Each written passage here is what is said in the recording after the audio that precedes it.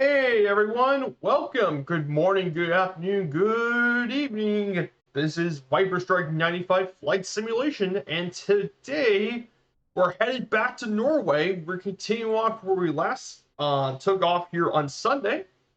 And it's great to see you guys here today. We're back at Røstlandet here in beautiful Norway. And today we're going to be doing some really cool flying in the country. So it's great to have everyone here as well.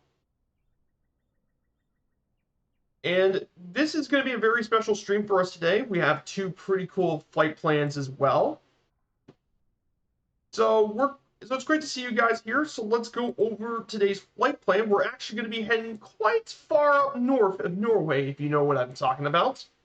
We're going to actually go to the farthest to this lake. Will take us to the northernmost city for the journey. So let's continue where we get started. We're going to pull this. Okay. So we're going to take off here at Røstlandet, off a small island.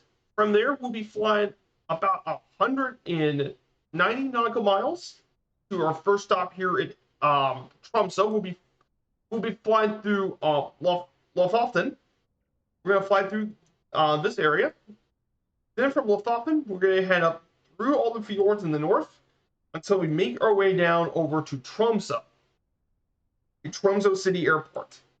Then from there, we'll be flying through the city and fly over Tromsø Bridge. We'll be flying through Tromsø Bridge, which is one of the POI landmarks in the sim.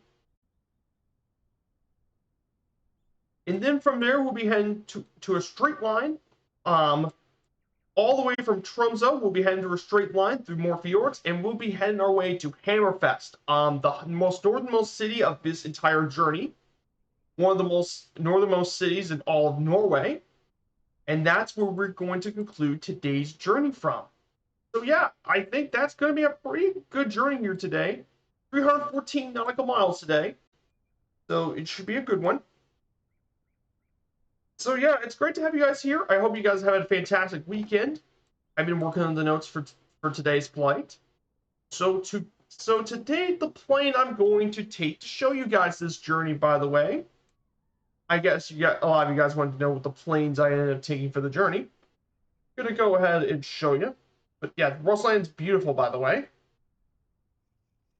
And that is because we're flying an old classic. I haven't actually flown this on stream in many months, but it is a very beloved airplane, and it's the Just Flight Piper Arrow. This is the Piper Arrow 3. But the Arrow developed from the Piper PA-28 Cherokee family of planes that first debuted back in 1960. Over 32,000 of these planes have been built since it first produced back in 1961. It's a 2 to 4 seat light aircraft built by Piper for flight training, air taxi, personal use. It's all metal, unpressurized, powered by a single piston engine. It has low mount wings and a tricycle landing gear. And its biggest rival is definitely the Cessna 172. But this plane has had many variants over the years. They call from train fixed wing planes like the Warrior to even turbo planes like the Turbo Arrows that can compete with some of the Bonanzas and all that in speed. But today we're just flying the normal Arrow, the Arrow 3, which is definitely a very capable GA airplane. And I haven't gotten much of this thing since, well, it first came out.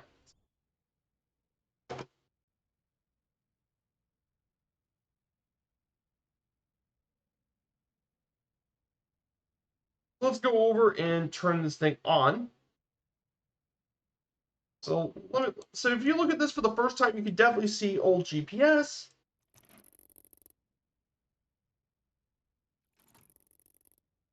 We can just change this thing. We can change what's really cool about this plane is that we can definitely change some of the settings. We can change the cabin doors and oil doors. You can definitely see all the really cool touches. They got a really nice EFB. It's got all sorts of different doors. It's got everything you could want in a really cool GA plane. It's even got things like a tow bar. But basically, it's got lots of little knickknacks and features, which is really, really cool. Really cool, neat little GA plane. Got lots of character. I'm going to refuel oil and charge the battery. You can change it to whatever state we want, but I'm going to go ahead and get this thing started for today. So let's get this Aero 3 started, shall we? So we're going to go ahead and grab the we're going to go ahead and do, we've already done the pre-flight checks. So we've already completed those. They've already been completed for us. We've already closed all the stuff and removed all that. We need to check all the circuit breakers, and they're already pushed in. That's already checked. Alternate air is off. We need to put the prop at max RPM. Crank that prop all the way up to max. And the prop we need to set up our tank. I'm going to go ahead and set this up to 85%. 85% on the tank. Good. Now this is a cold engine. We're starting this for the first time, so we're going to go cold engine start. We'll throw about half an inch. Then we turn on the battery. The battery switch is located right here. Battery on, alternator on.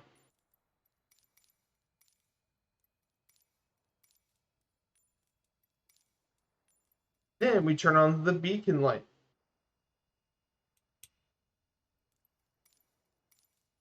Turn on nav light. Turn on the auxiliary boost pump. Right here.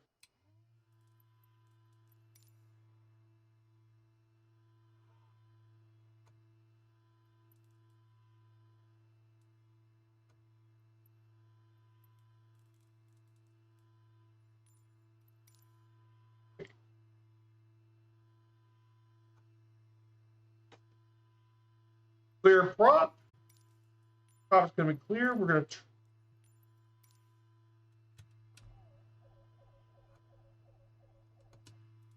the engine's on. The start is successful.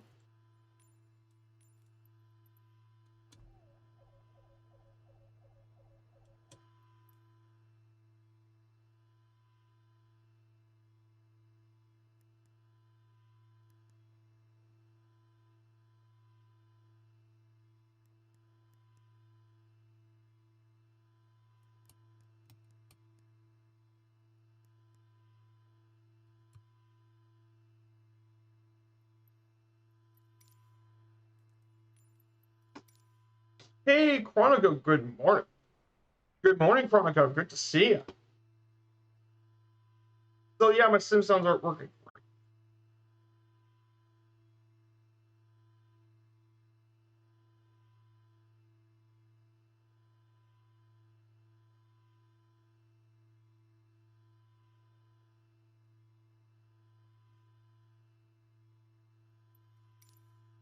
Good to see you, Chronico.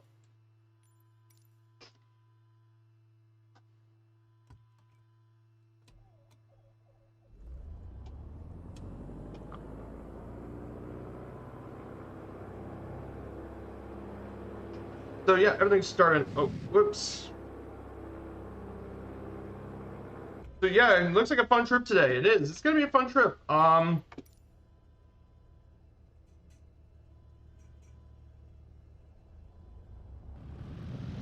today's gonna be a fun little trip. Chronico, you're gonna be loading in all for a few minutes. No worries, Chronico. It's great to see you here, my friend. So now we got this thing started. We're gonna go ahead and get everything ready. We're gonna turn on the lane light. Will be on for a little bit.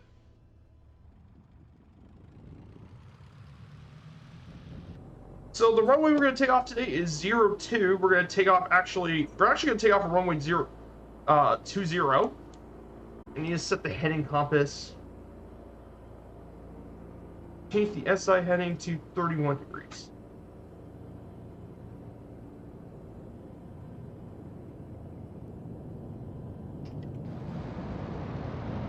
That's because we're gonna head 31 degrees that way. I wanted to get the far way. We're gonna take most distance. So runway, yep, runway 20. So I noticed something changed on my GNS. Something I was not expecting, however. That I wasn't expecting today was definitely the fact I wasn't expecting the GNS to have an update today. Because my GNS looks a little weird, and I think I know what it is. I believe this is the new GNS that Working Title worked on.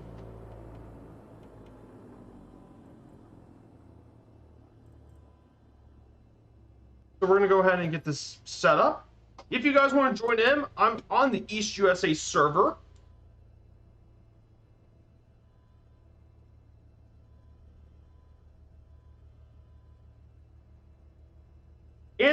And my airport taking off is Echo November Romeo Sierra. This is where I'll be taking off for this today.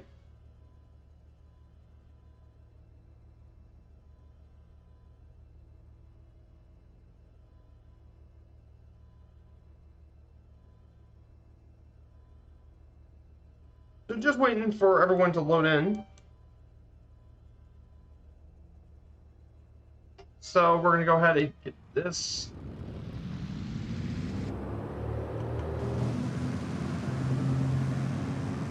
Increase the trim so it should make taking off a lot easier. Now obviously we don't have a ton of sunlight today because we're going to be pretty far north in Norway. We don't have the most sunlight in the world. 50, 60. And we're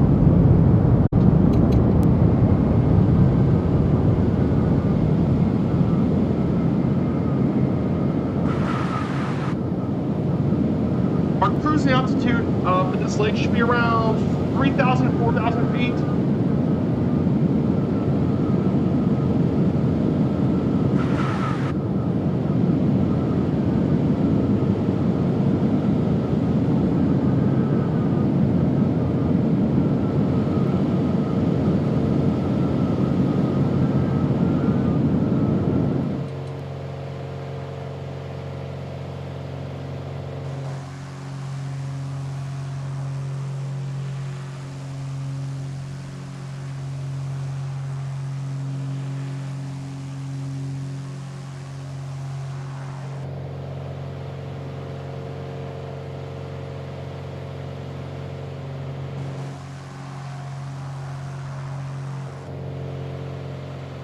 Go ahead and turn on the autopilot. There is an autopilot on this thing. Just turn on autopilot heading. Heading on.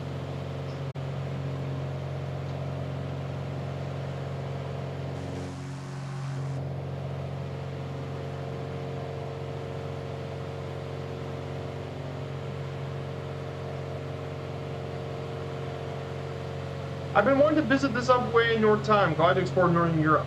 Yeah, Northern Europe is great to visit. Got tons of untouched nature.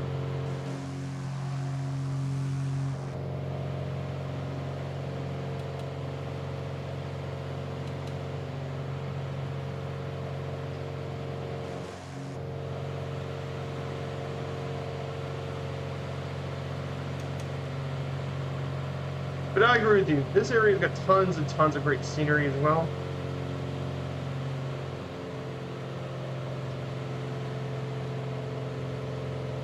So what's the date time I've set my sim to? It's set to December 4th, 11:10, because there's not much time of daylight, Chronico. We don't have much daylight.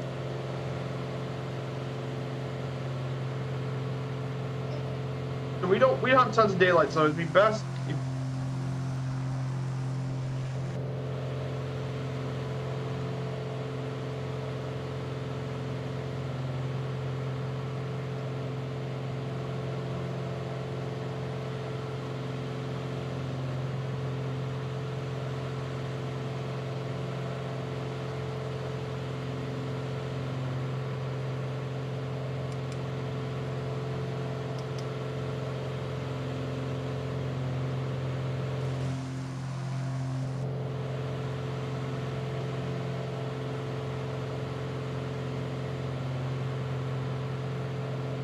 So yeah, that's what it is. We set the day and time. Now,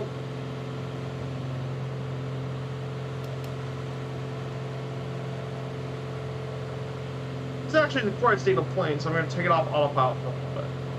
So the place we're going to visit first is a place known as Lofoten. But Lofoten's really cool. It's a really cool area here in Norway. For one, it's a archipelago and district of Nordland Fjord, Norway. This area is very famous for its distinctive scenery, with dramatic mountains, peaks, open seas and sheltered bays, beaches, and untouched lands. It's home to two towns that are about 105 miles north of the Arctic Circle and 1,500 nautical miles away from the North Pole. Despite it being such a high altitude, it has one of the world's largest elevated temperature anomalies because of its high latitude. Hey, Fortrix, good to see you, Fortrix. Welcome on in, Floyd. Hope you're doing well. Just flying the good old Piper Arrow through the beautiful Norway scenery today.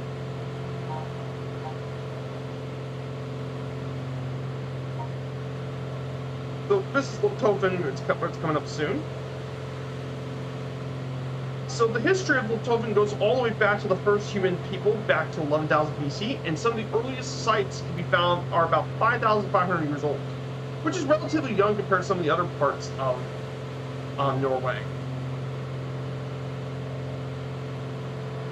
One of the towns that existed here is Vagar, and it's been around since the Viking Age during the time.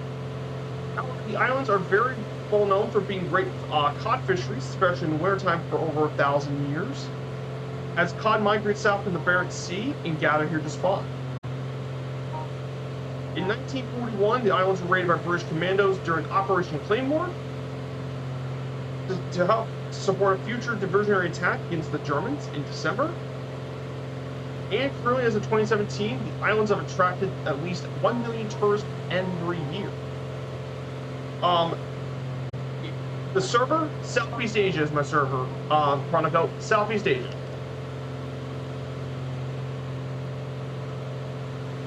Now, Lofoten has a pretty unique geography. It's got tons of bedrock and lots of rocks. It's got lots of hills and mountains. And of course, it's got inlets, fjords, and affluents. And of course, even though it's got lots of geography, it's also rich in wildlife. You wouldn't expect it, but actually it's rich. It has the world's largest deep water coral reef, known as Røstlandet Reef, and approximately 70% of all fish caught in Norwegian and Barents Seas use the island's waters as a breeding ground. Find otters and elk. And over 27 hectares of marine waters are often designated as important bird areas for all sorts of different bird species, including common eiders, yellow-billed loons, sea eagles, and cormorants, and of course the colorful puffinfish. And despite being such a northern latitude, Lofoten is actually quite a unique temperature climate. That's because of the Norwegian Sea actually brings in a lot of the warmth here, which is really odd compared to a lot of other places. For example, in the December months, the average low temperature is 34 degrees Fahrenheit. That's average. That's not bad considering just how high you are now in latitude you are. Which is pretty crazy. That's pretty nice weather for much of the year. So yeah, that's a bit about Lofoten for a bit. That is about the group of islands down below.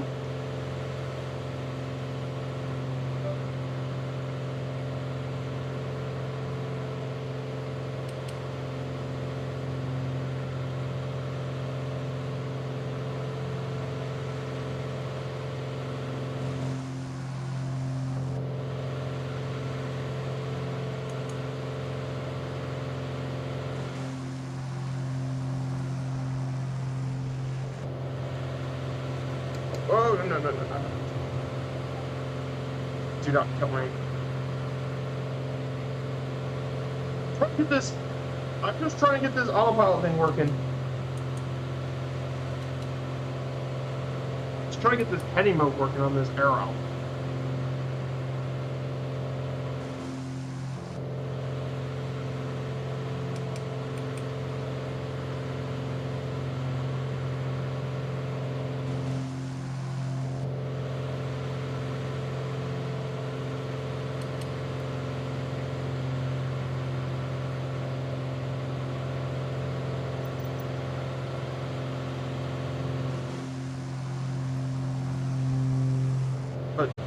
But look at this. Oh, look at the scenery.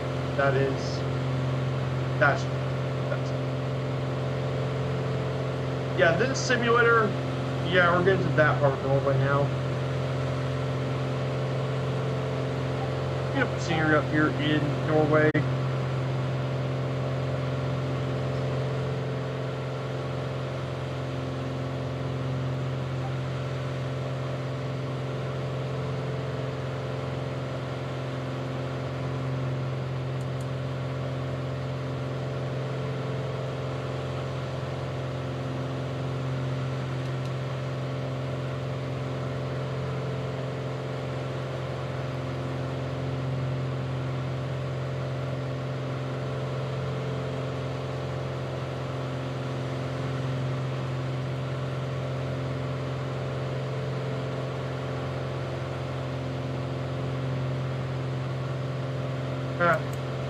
Yeah, this autopilot isn't working for some reason.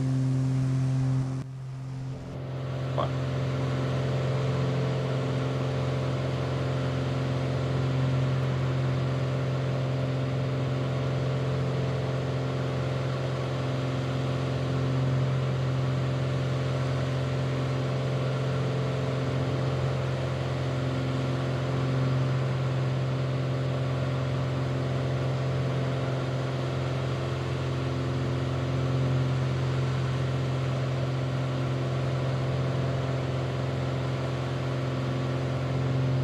Yeah, I wanted to ask you guys, I hope you guys have had a good weekend so far in the chats. I hope you guys are enjoying your weekend and having a great time. For me, my weekend's going pretty well. Just getting everything worked on for the stream today.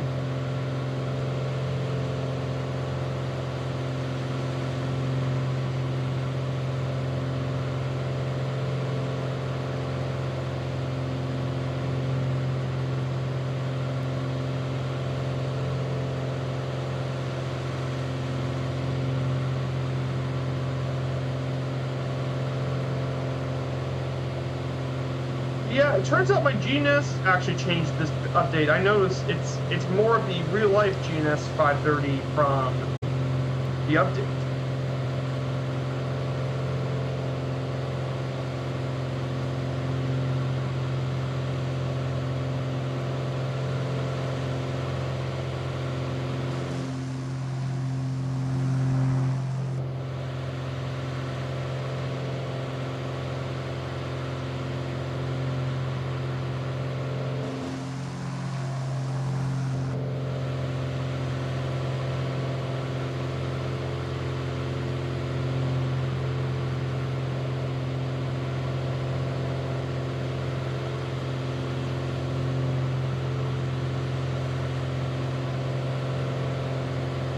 Let's see who's flying along with us today.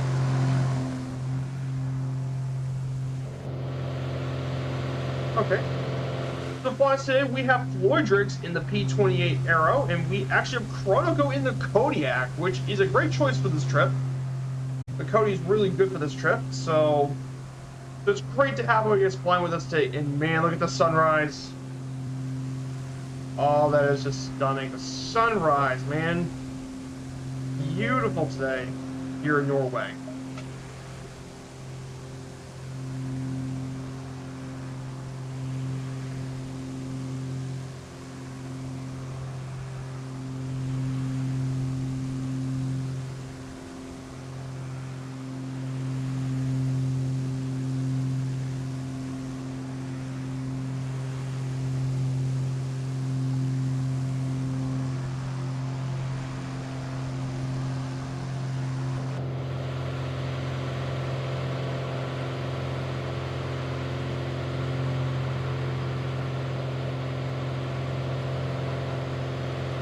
look at this. Guys, look at this. This sim is just, look at the state of that. That is just incredible. Don't you know? The state of this sim is absolutely insane.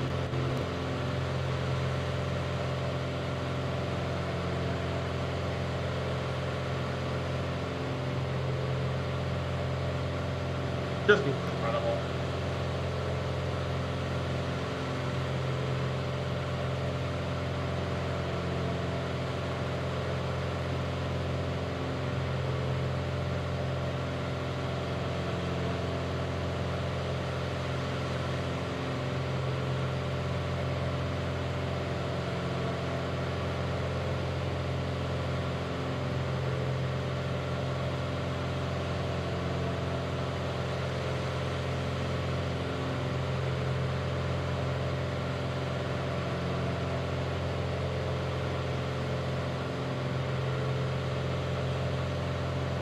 But yeah, it's great to see you guys here today. Oh,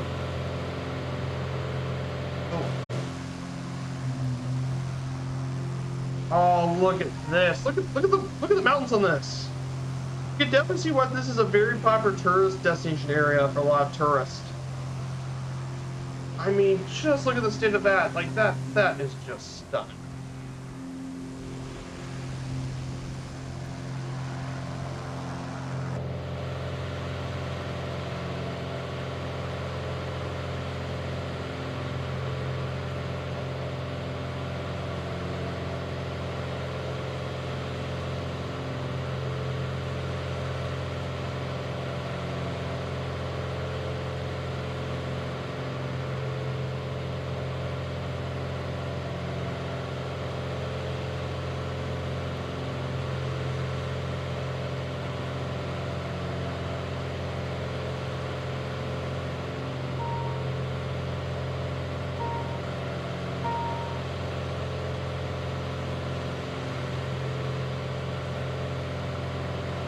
So yeah, by the way, guys, we're doing this for the virtual airline, Firefly Air.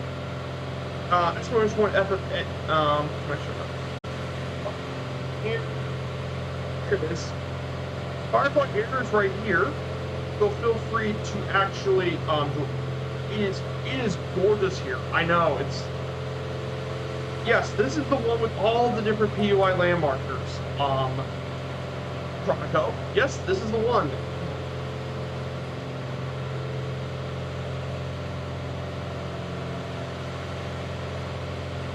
Yeah, this is the one with the PUI landmarkers. There's tons of fjords. I mean, just look at this place. There are tons of fjords and mountains in this hole.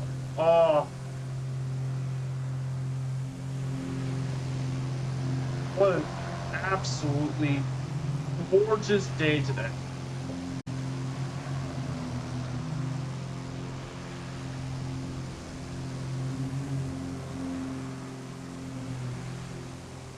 This is just beautiful today.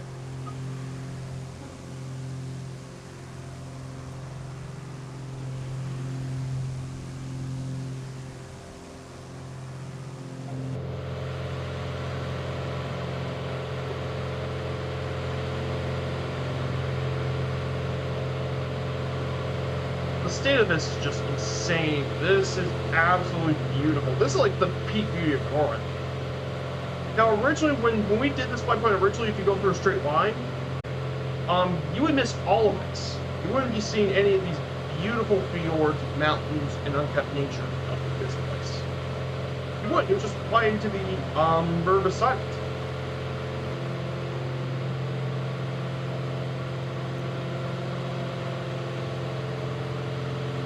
Absolutely stunning area today. Stunning. I'm just going to keep leaving exterior cam for a little while so you guys can actually capture the drone cam. Hey, Jonas Manhudu! Jonas Mahuhutu has followed. Thank you so much, Mike. Thank you so much, dude, for following along. We're doing this Norway trip for the virtual airline Firefly Air. It's an absolutely stunning scene today. We're up in Loftolpen, actually. a very rugged northernmost with tons of fjords and beautiful trip, and Disco Stew with the follow as well. Disco Stew, thank you so much for following along today. I really appreciate it as well. It's great to see a bunch of new faces here as well today. Thank you guys so much for coming along.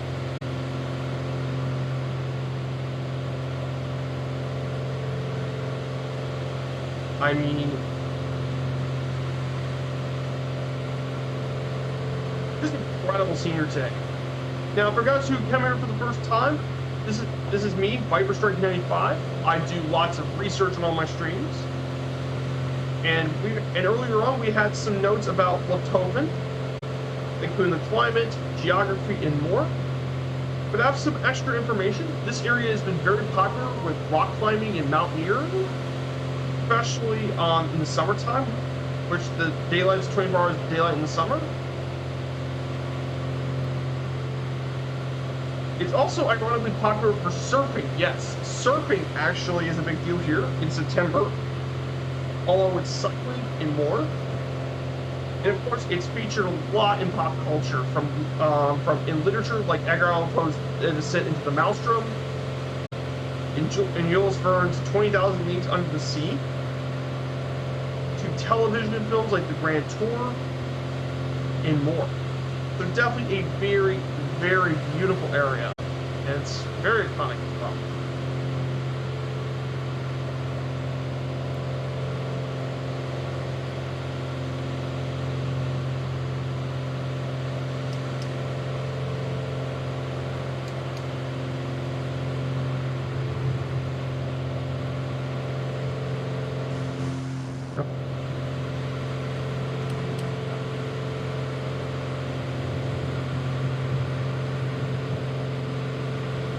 Yeah, something's messed up with this autopilot. I don't know what I did to it.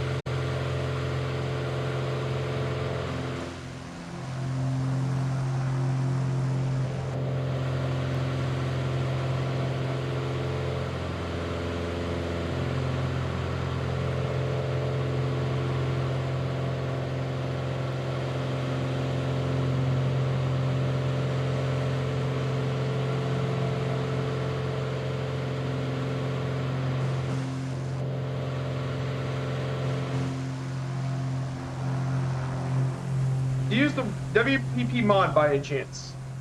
Let me check.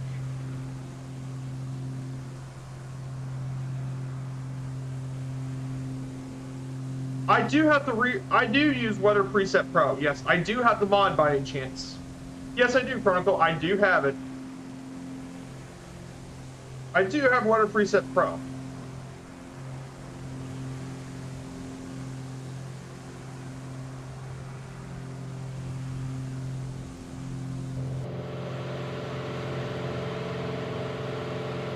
Hey, Wombi! Good to see you. First time chat. Hello, Wombi. Great to see you, my friend. I hope you're doing well. Yes, we're flying in this area of Norway today, Wombi. Lothoven, an absolutely stunning region here in Norway. I love flying in this area. Yeah, great to see you. I see you down here, Wombi. We're just flying over ahead of you today. We got Chronico and Fortress with us here, too.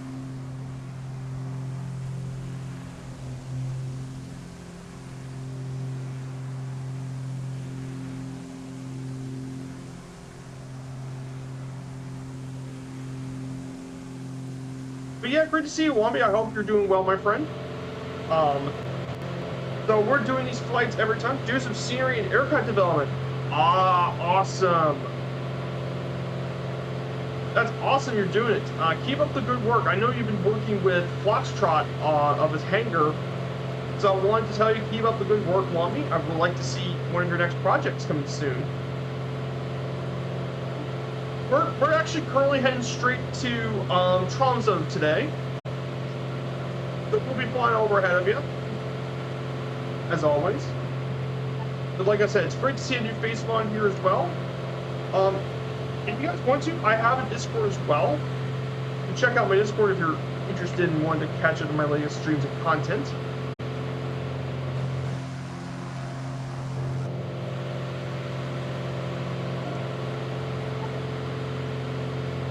Yeah, great to see you, Wombi. It's always great to see new faces around here as always.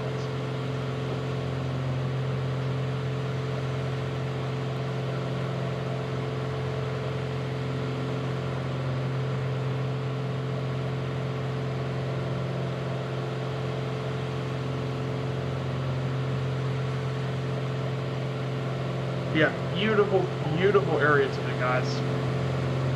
Glad I took the arrow out to fly today. I haven't taken the arrow on stream in a long time, so it's great to see this plane finally given a chance.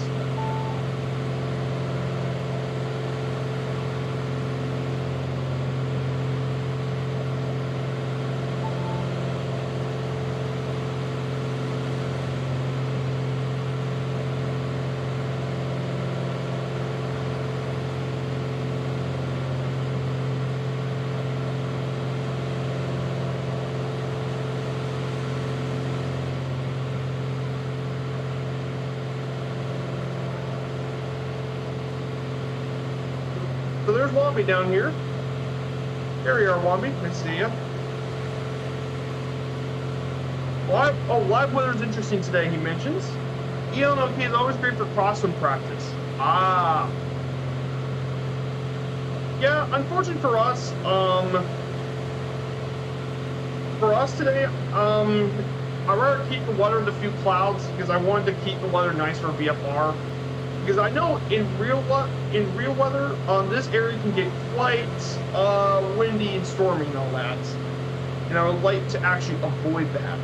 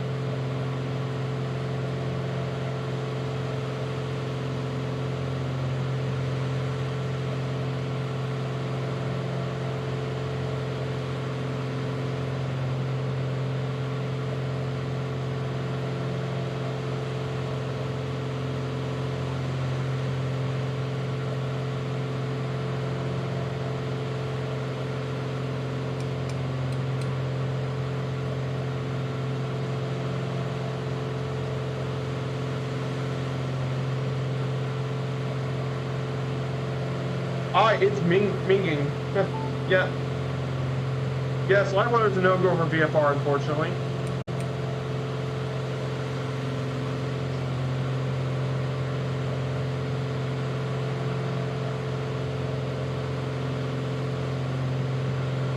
Okay, so it turns out the autopilot is not killing me this time, thankfully. There she goes.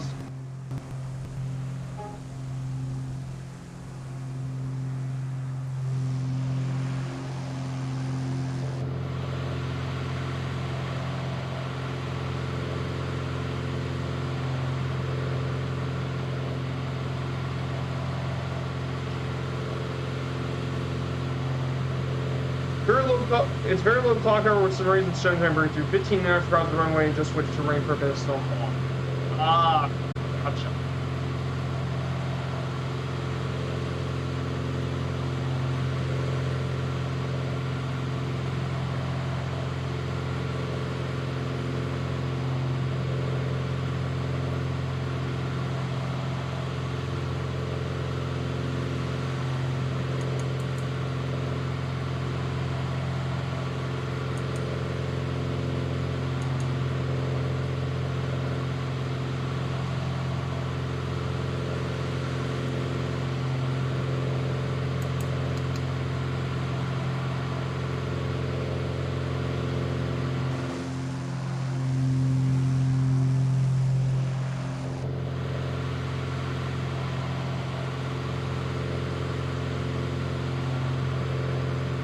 Yeah, about some MSFS news, I want to go ahead and cover that while we're here.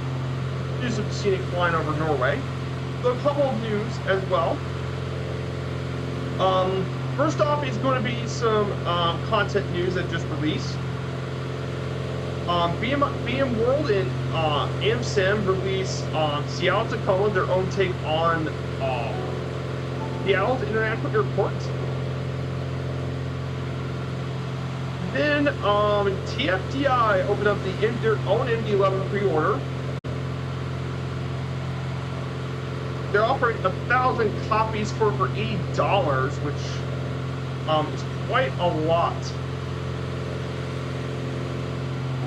Which isn't too expensive, but it's not coming out all the way to September 2023, which, don't get me wrong, I really would like the MD-11, but I'm gonna have to wait and see, obviously. Norse releases Juno. Let's see what else. Flight Sim Studios working on their Embraer 175, which is a regional jet. If you guys never heard of the Embraer 175, it's basically a well-known regional jet.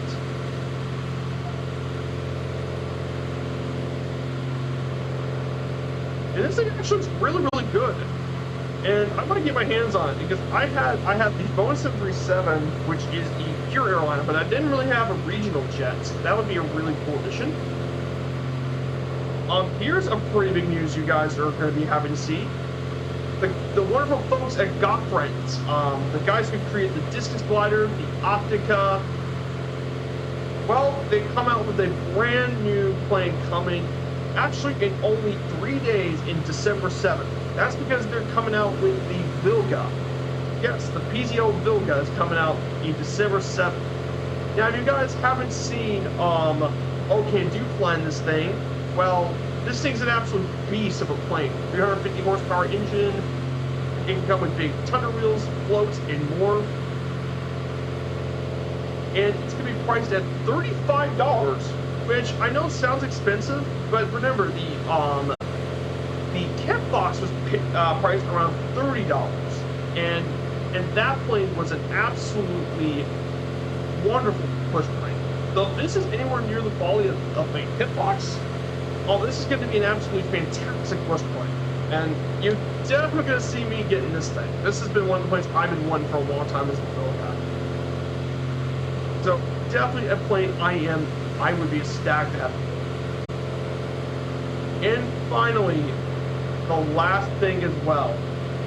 This was a big news coming in. Tomorrow, Murph and the Fireflies are going to start their adventure back to the 40s. But for the 10th Monday of that series, will be trying to attempt a world record break for the most DC-3s flying over Normandy, which is going to be absolutely insane. I can't wait to see the number of DC-3s going to be there. It's going to be stupid. And Murph is going to be joined by the Flying Fabio, 2 Cats, and more. I think it also includes Colonel Fork and Jay Winnaker as well, which is going to be absolutely insane. It's going to be an insane thing to show off. A group flying Embraers down in Brazil left there in 1994. Yeah, there are a lot of Embraers in Brazil. Yeah, I'm also looking for the Embraer too. There definitely needs to be more regional jets. Like, I like the Just Flight 146, the Avro's going to be great in Just Flights, and those are great regional jets, but I would definitely like to see an Embraer, a high-quality Embraer. Because that's a regional jet most of us are quite familiar with. At least most of us are familiar with.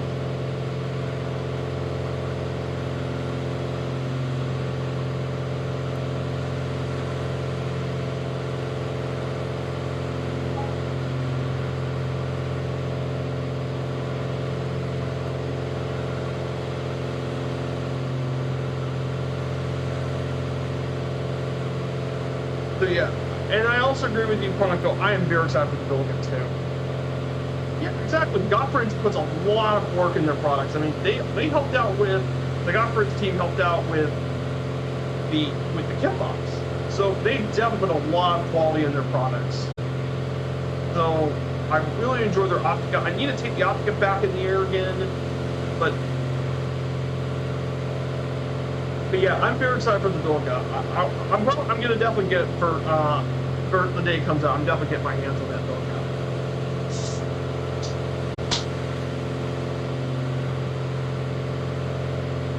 Maybe take it out in Poland, probably.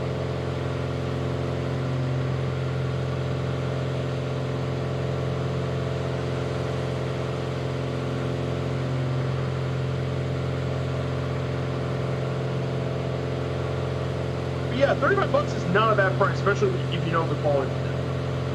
That's the key.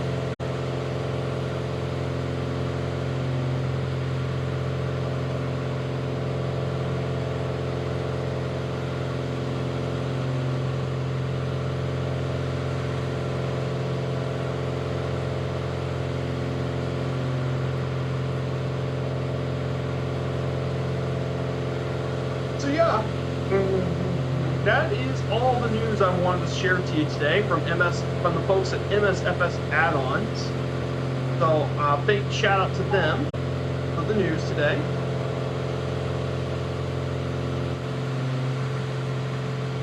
But yeah, I mean, not to take away from the news, but the scenery here is out of this world good. The scenery here is out of this world. That Discord fight is invalid. Oh, it was invalid? Oh no. Whoops. Yeah, sometimes the Discord thing changes when you don't want to. Well, let me go ahead and give you the Discord link again. I'm really, really sorry. I'm sorry.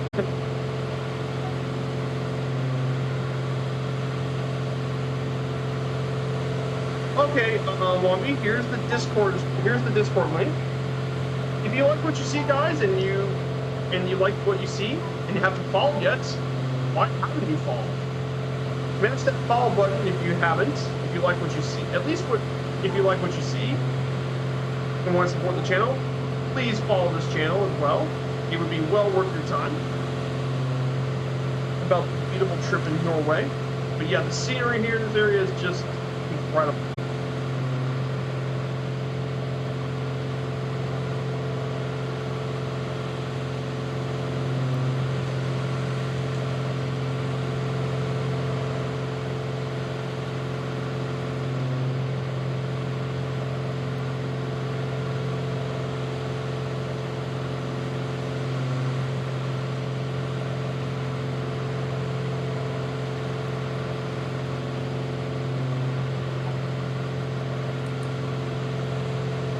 Yeah, beautiful area today as well. So Wombi, I updated the Discord link as well.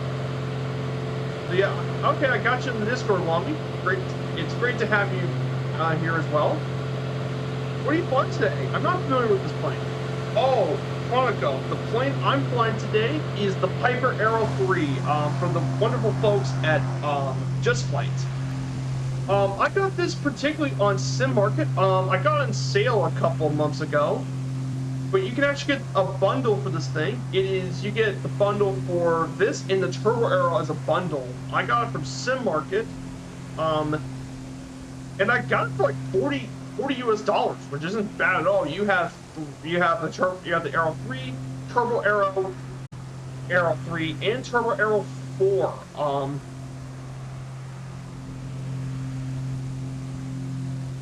Now you can buy them individually, but I really recommend, especially if it comes on sale, to get the bundle. Because the bundle will come out with the Arrow 3, Turbo Arrow, Arrow 4, and all that. You can get the Turbo Arrow bundle for around $48, which seems expensive at first, but realize you get 3 planes for the price of 1. You get 3 planes. And they are they're still, despite being released in 2021, last year, they are still some of the highest quality GA planes you can buy for the money. So yeah, definitely worth it. If you love GA planes, and especially if you like the Piper Arrows, it's 100% worth the money. It's 100% worth every penny. This plane.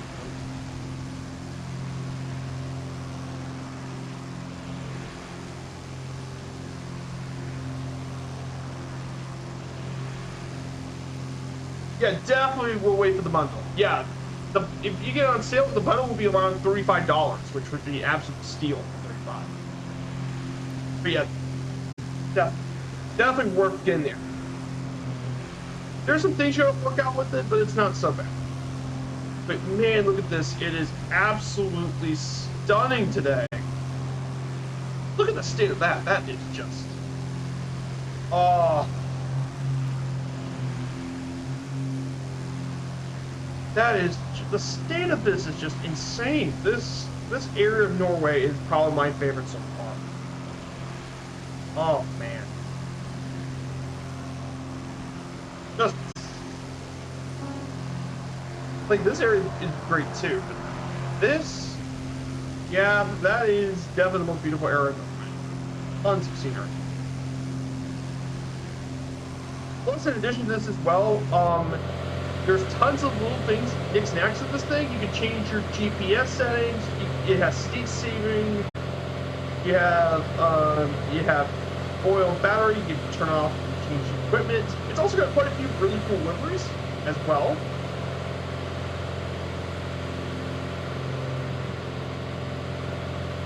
It's an absolutely fantastic one. Yeah, Loftholmen is definitely my favorite area in the city. Oh yeah. I looking at this now, I actually agree with you. This area is amazing in the sim.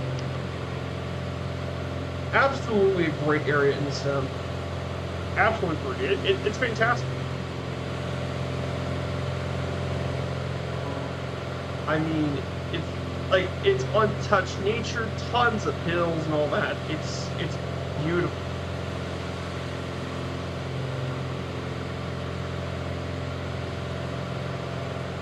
Absolutely, I agree with you, Lumpy. This is definitely one of my favorites. Oh yeah, and by the way, guys, speaking about excellent journeys, I have an event on the Discord actually. As well, but coming in Christmas, I actually have an event, a huge event going on in Christmas. If you look at the Discord, it is on Christmas Day. I have an excellent Christmas gift to give all of you. We're starting the Britley DC-3 around the world flight. Now, this has been a flight that's been planned for multiple weeks, but it's finally happening. This is a journey I've actually been thinking about since, well, I first started streaming. I've always wanted to attempt an around the world trip. Now, it looks like the time has finally arrived.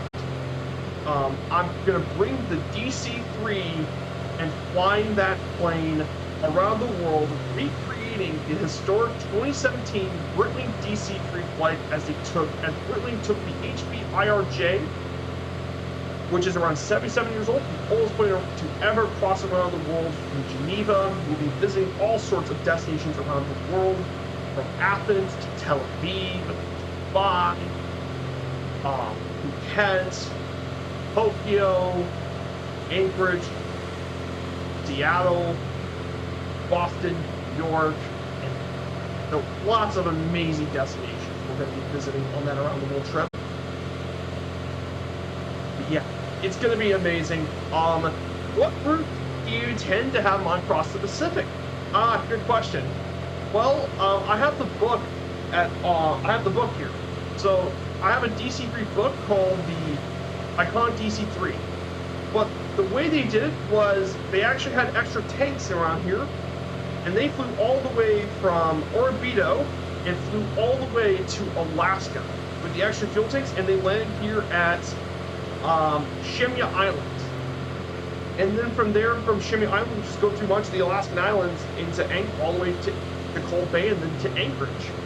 So that's how they managed to get across all that journey trip. So that's how they managed to cross the Pacific. Just get lots of extra tanks and fuel. And are you going to fly the retrofit or classic? Classic DC-3. I'm flying the classic this time. In real life, they actually flew a retrofit DC-3 with modern avionics. However, the livery I got for it, it's in my Discord, by the way.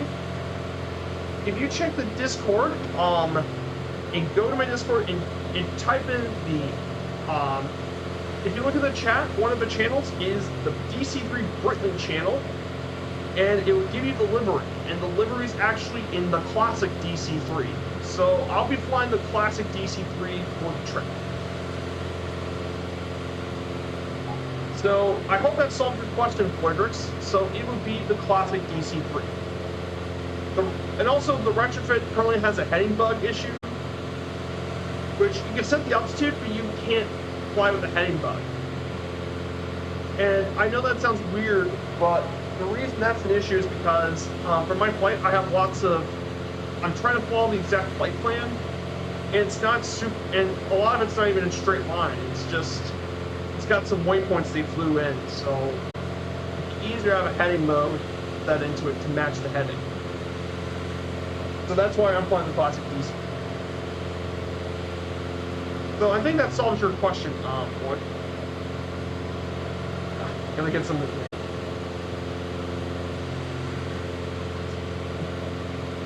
Yeah, great question.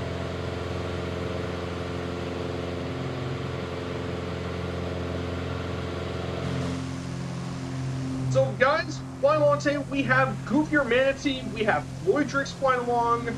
Roanoke to our right is Roanoke. Anyone to our left? No, but thank you guys so much for flying along today. This area is absolutely stunning area. Probably so far, this has been my favorite area to fly in the entire in the whole tour. Actually, it's been my favorite scene. Yeah, I mean, no wonder why people like flying in the plane. Now I understand this area. It's going to be amazing flying time.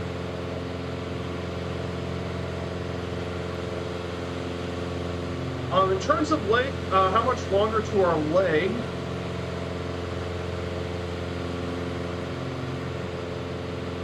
We're about 106 nautical miles away from our leg. We're about 106 miles away.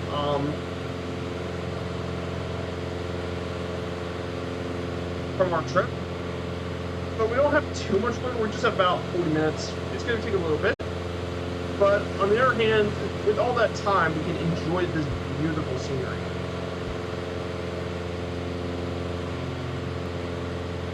Also, in addition as well to the DC3 trip, the dates and times will be able to match the actual dates and times. So all the dates we're flying in the sim in sim time is going to match what they flew back in the day. So yeah, that's what's going to be matching. It's going to be based on the real thing. I'm going to try to make this as close to the real thing as I can. And speaking of close things to I can, hello Planet Neutral. How you been, my friend? Check out my good friend Planet Neutral, an awesome dude as well. He makes a lot of great flight sims and stuff. He does a lot of tours. He visits the rivers. Definitely a really good all-around pilot and a great friend of the community. Definitely check out Planet Neutral. Yeah, we just flew over Latopen earlier on Planet Neutral. That area is unbelievably beautiful. An unbelievably stunning area. I knew we had to fly over there in the journey, but it was well worth it. Oh, you're watching some indoor soccer games. Ah, awesome. Yeah. I love watching those soccer games, Planet Neutral. Or soccer, shall I say, football games to the international crowd. Because I know some people will never forgive you if you mention soccer in front of a football game. You're coaching. Yeah, coaching can be quite difficult. Yeah, it can be quite difficult to coach. We have all those players in the field and all that. It could be really tricky to coach that many people.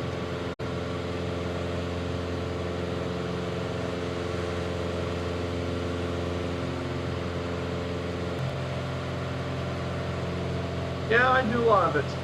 Oh, and speaking of soccer, yes, I'm happy the Americans made the round 16, but the Americans didn't stand a chance against the Netherlands.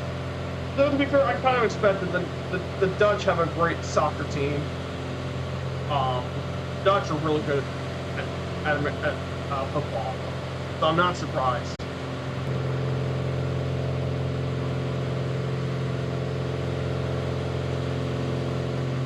Yeah, good. I mean, I say congratulations to the Netherlands, and hopefully they get a chance to win the World Cup this year. I know they came close a handful of times, but yeah, but congrats to the Netherlands. They have been a really good football team, a top 10 team in the world, so not much of a surprise.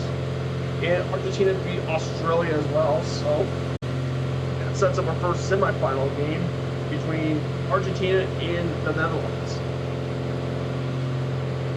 So yeah, I think we could have totally won that game. Yeah, I think we could have, but I mean, at the end of the day, the Netherlands came to play and won. That's just the way it is. We could have won, but so far, so speaking of World Cup games, France is leading Poland 1-0 as of 47th minute as well.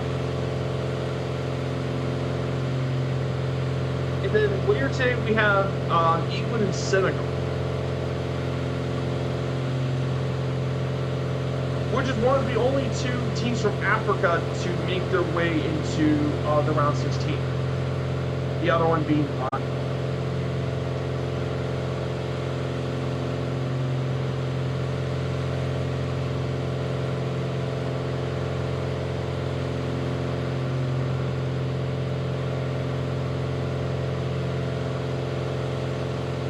Yeah, I'm cheering for Senegal too, like, just to shove the English football fans. All the English fans say, it's coming home, baby, it's coming home. Now I'm cheering for Senegal to make the upset.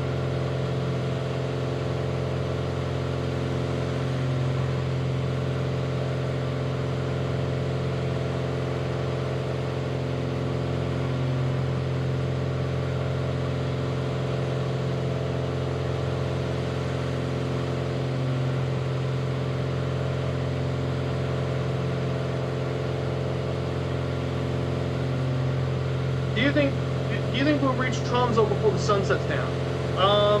Good question. Yeah, we don't have much daylight. We have around 4 hours of daylight. It is 11:59. I think we'll make it just before the sun sets. I think we'll make it before sunsets in Tromsø. We're going 146 knots. I think we're going to make it beforehand. Senegal or Japan, I would like a good underdog story. Yeah, same here. I would like to see a good underdog. Or even someone like Switzerland or Morocco, maybe, would also be pretty cool, too. But yeah, I would like to see a good underdog story.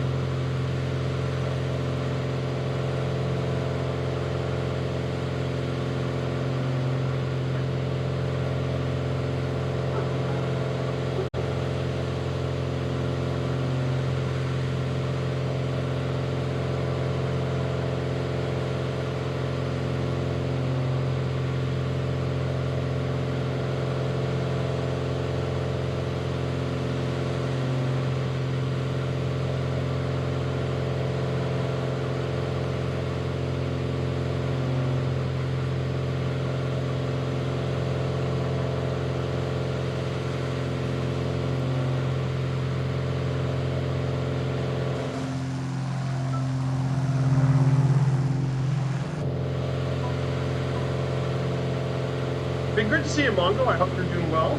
Trying to get everything back to...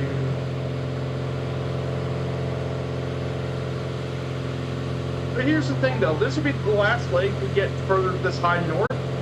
Because after, on today's stream, we'll be heading back south, so we should have more sunlight when we get back to the south.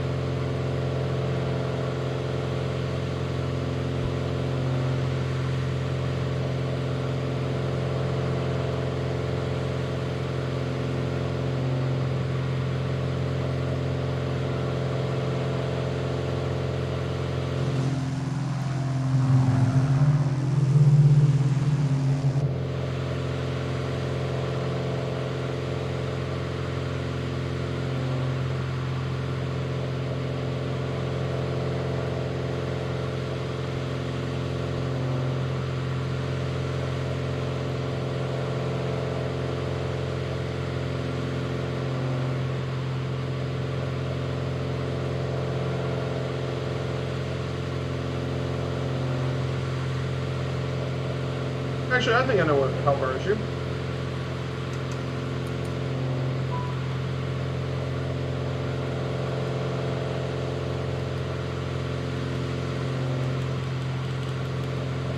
Yeah, I just noticed this.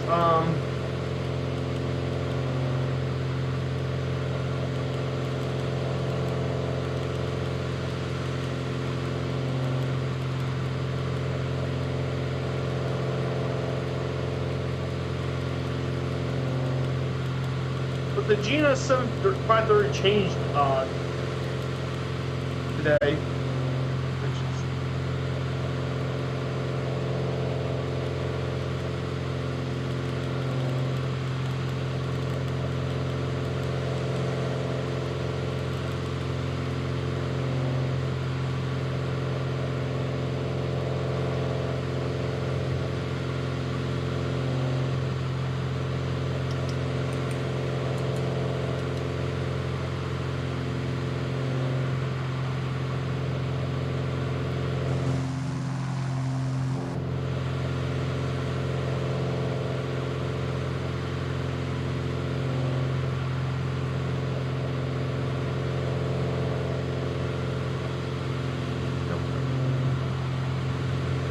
Oh, no. Oh, God.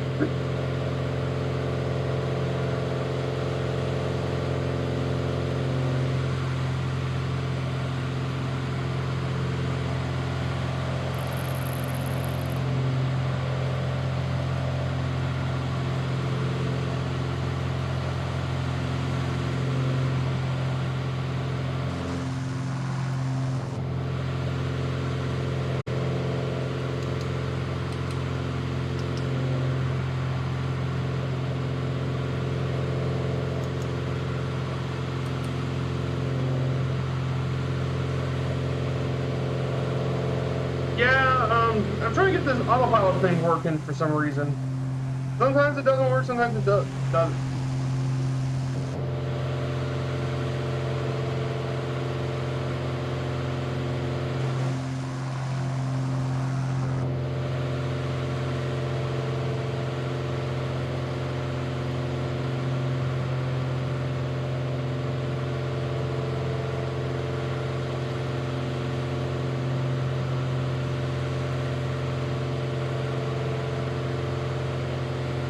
Yeah. Sorry about everything about this. We're trying to get this autopilot thing to work. Sometimes this thing doesn't work, sometimes.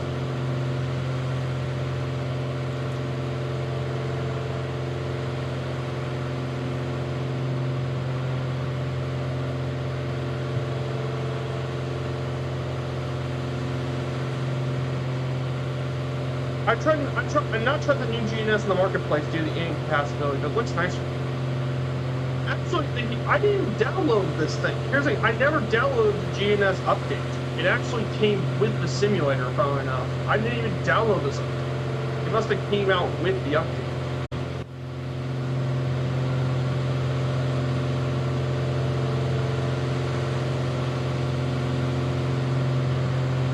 Oh, really?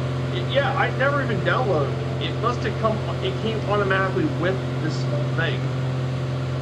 I need to do more testing, but I believe that's the case.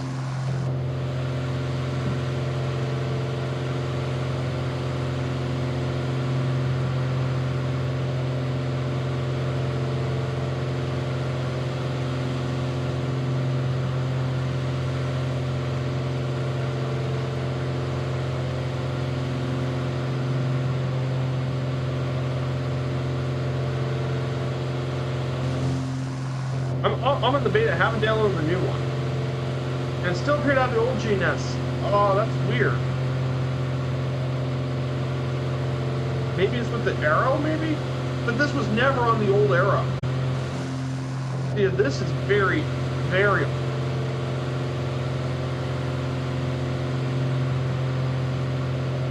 Yeah, this is a very odd thing. Yeah, this is odd.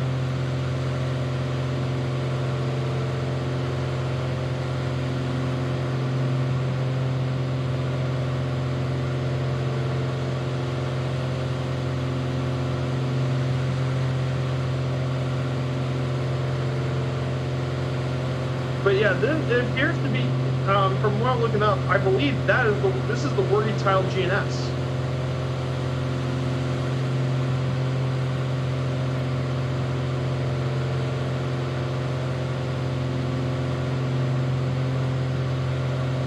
Because it is the working title GNS. Very odd. That's a very odd thing.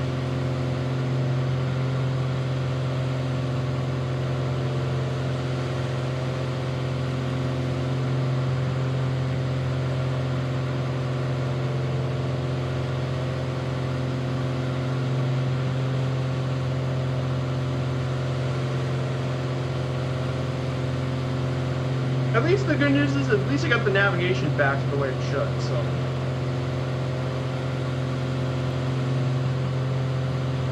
Also need to do one more for the flight plan.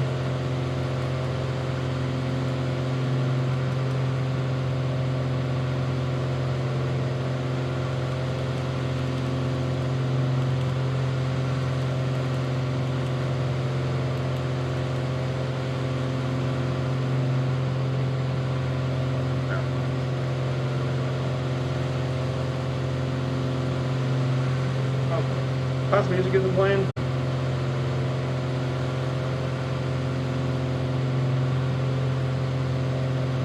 Yeah, the class music wasn't playing.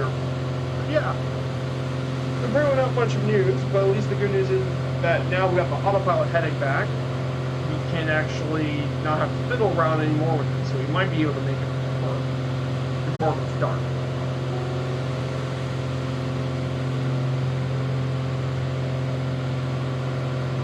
But man, this was an absolutely beautiful leg today. And I think the passengers in the back seat have been able to start enjoying the flight without crashing this time.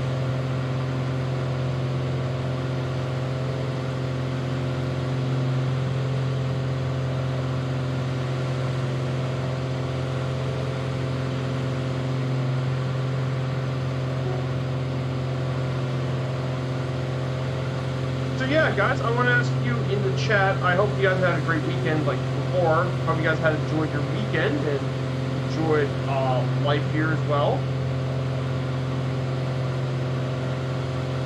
I hope you guys had some great time flying today. And by the way, guys, if you're here for the first time, this is part of Firefly Air. If you're interested in joining the virtual airline, here's the link. Click on the link. It'll give you all the steps and everything you need to enjoy the virtual airline. We even have stuff for Xbox pilots.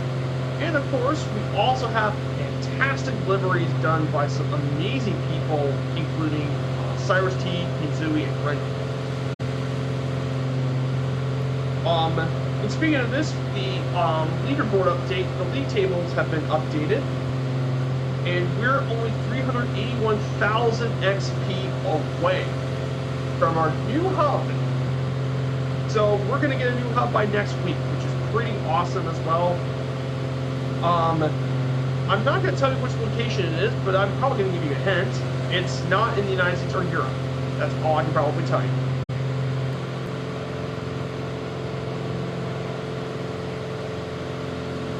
So, that's been some news. We're also doing this achievement on FS Hub. It has full of achievements, which is one of them. Okay.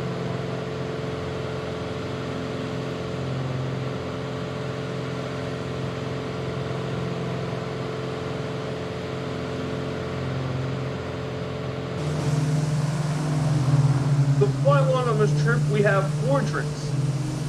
We have Chronicle Flordrix, Goof Your Manatee, Wambi way in the back, doing some scenery work.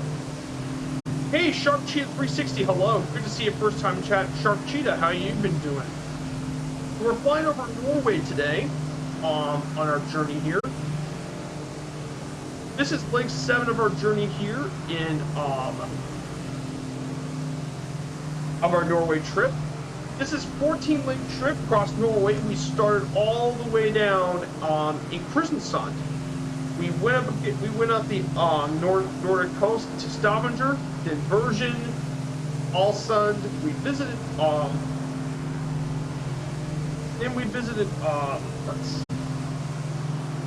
we then visit Kettle, then stayed church. We visited Mold. And then we went up to Røstlandet, and then now we're heading to Tromsø and then the next leg we'll be heading to Hammerfest, the northernmost airport of our journey this week. Hard G's, yeah, hard G's. Yeah, it's hard. Man, it's great to see a new face here today, Shark Cheetah. I hope you're enjoying your weekend as well. And welcome on in.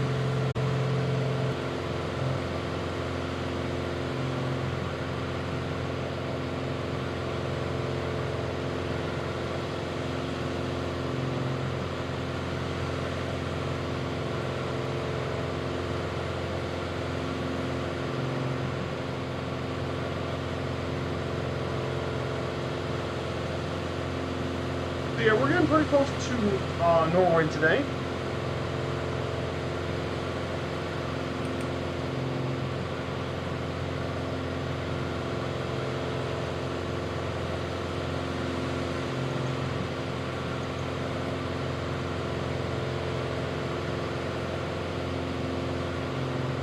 I'm gonna have to turn on the steering light a little bit.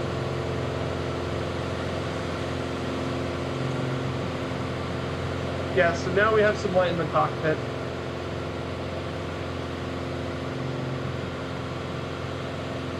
We're going to some really, really scenic areas.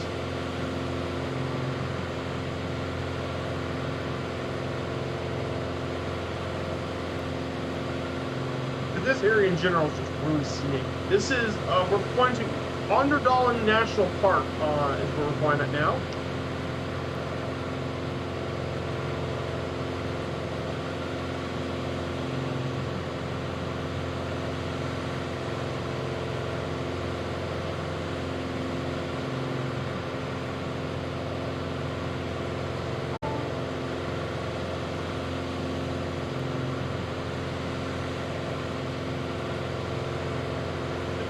Just a normal, relaxing flight into Norway. Thankfully,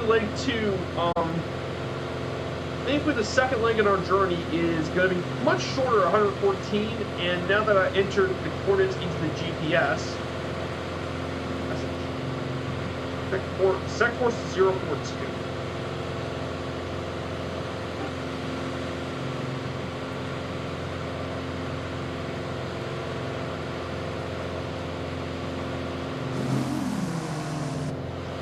You change your course. Ah, interesting. That's what it was telling me. I just set my course. ENRS was when your Norwegian Air Force P3 flew out. Ah, gotcha. That's what it is. ENRS. Oh, Indonesia. Got it. That's our airport to the right.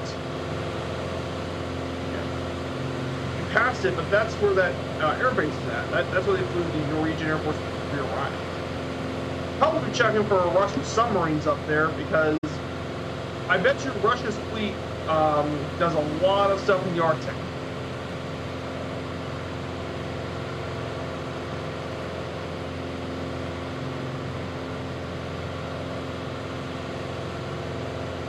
Gotcha.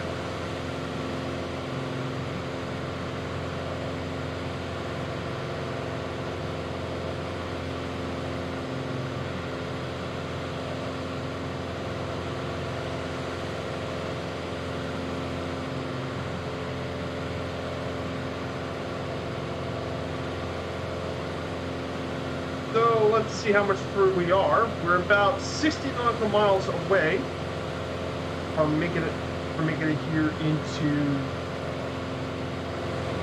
onto Tromsø. Once we make it to Tromsø, I'm probably going to reset the time back for tomorrow, since we don't have very much sunlight time, so we're going to have to make the most of it for the next leg.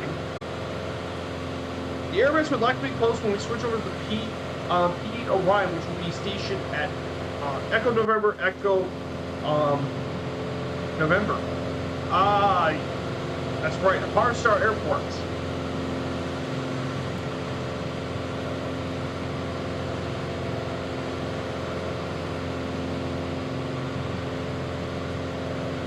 Yeah, that's because the P8 Poseidon can go much further in range.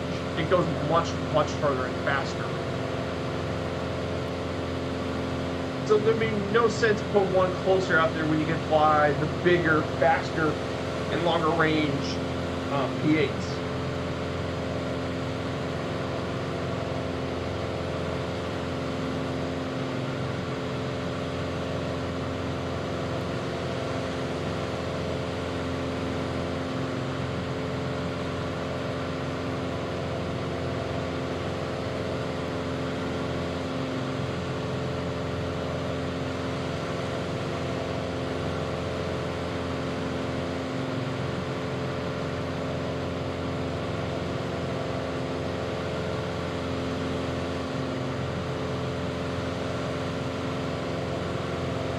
definitely, I agree with you, Wombi. This is such a good area. I really, really enjoy it. It's great to be with you guys on this Sunday. I know I had to rush to get up. I got up at 8:30 in the morning, so I had to rush to get everything ready. But at least all the sounds should be working the way it is. I think this thing sounds a little too high.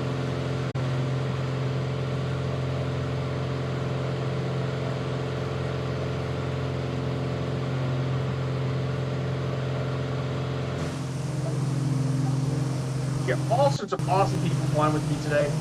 Yeah, it's getting dark. That's why I turn on the lane lights and all that on. I need all the lights I can.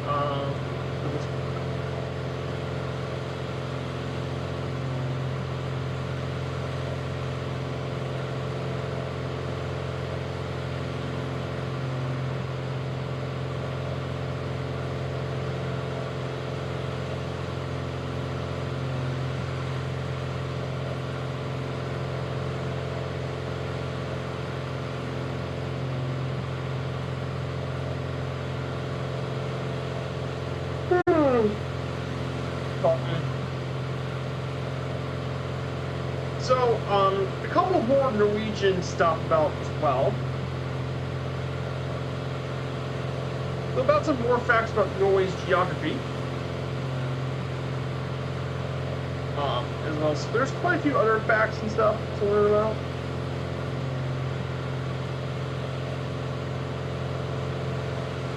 Let's see what our stuff about Norway. So yeah, we're getting pretty close to Tromsø, which is our city we're visiting. Maybe I should have took the turbo arrow for today. The island ENRS is located in Andoya. It has a space center. Oh, cool.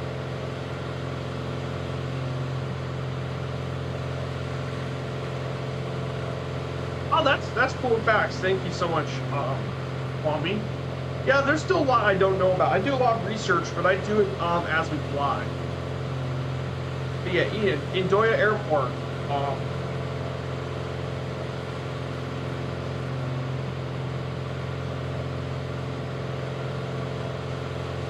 Edan, the airport you mentioned, was opened back in the 50s, but it didn't open to civilians until 1964 when they did SAS flights to Oslo. Weaverlo has served this airport since 1972, when they originally used the Twin Otter and then replaced it with the Dash 7 and Dash 8. And they also made this as a military air station too.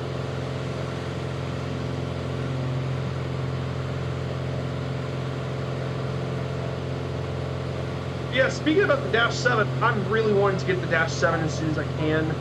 That way I can do a lot of regional flights in Norway,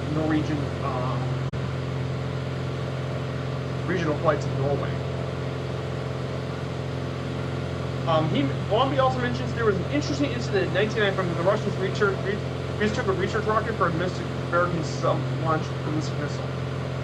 Yeah, even though this was after the Cold War, tensions were still kind of high even after the Cold War, Wombi, so I'm not that surprised.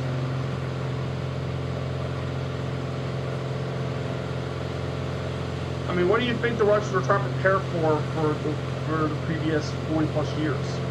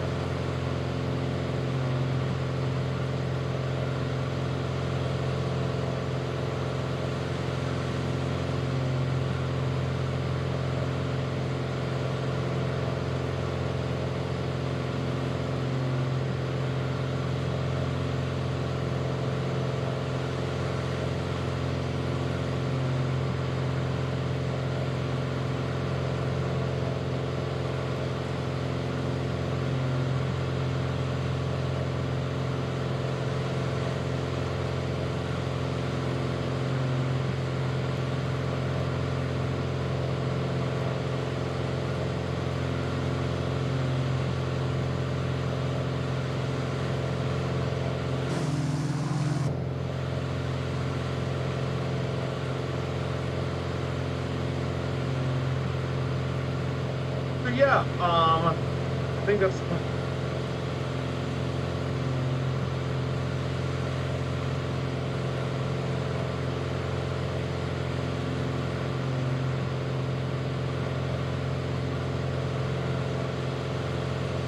Sorry if I'm not talking much, there's not a lot in chat to talk to too much, I apologize.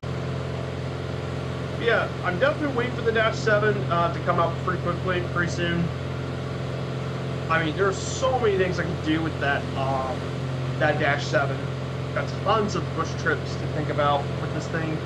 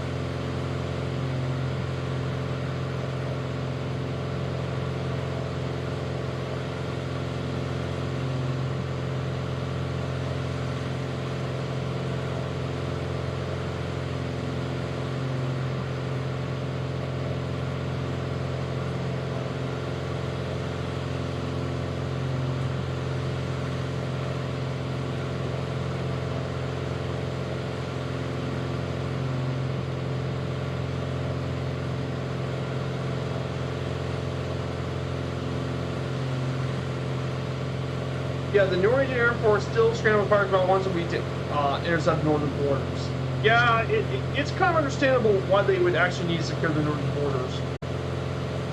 I mean, come on, they still have to, because guess what, they border Russia. There's like a 129-mile border between the Norwegians and Russia. So it kind of makes sense they need to have something to, for that northern border with Russia.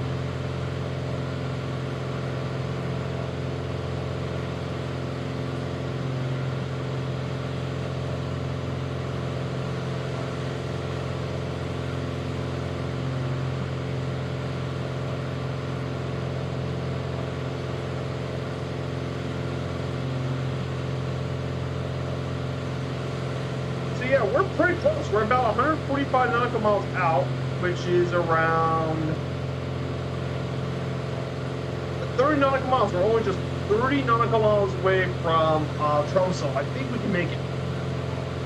So not much further.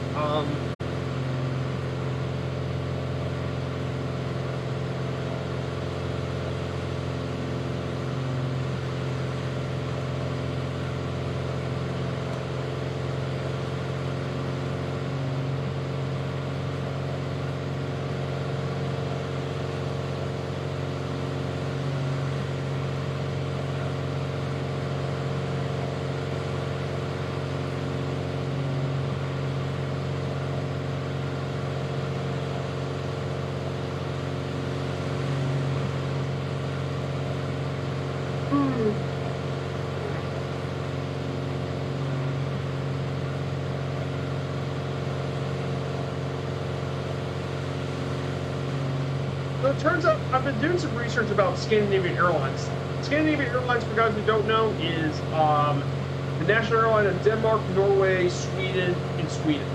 Of those three Scandinavian countries. Founded in August 1st of 1946. Part of the SES group. They operate 180 planes with 9 destinations as of 2019, with their main hub being at Copenhagen, Denmark. But they also have hubs in Oslo and Stockholm as well.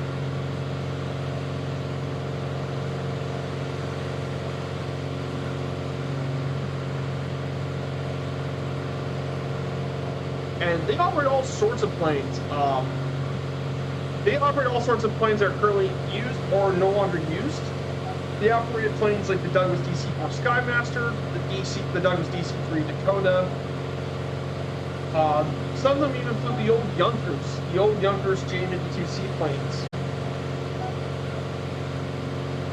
The DC-6, Douglas DC-7s,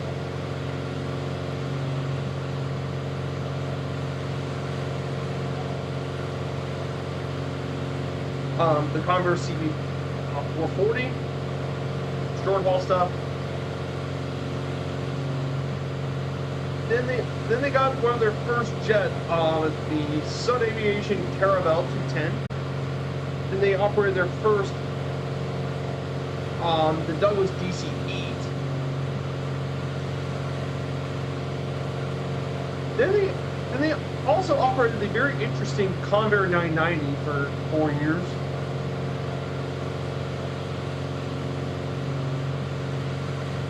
And they obviously operated Boeing. They had 3 747s.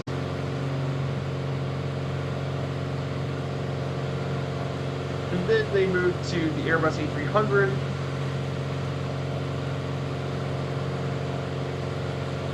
But NCS flew a lot of the 737s, the Airbus A320s and all that.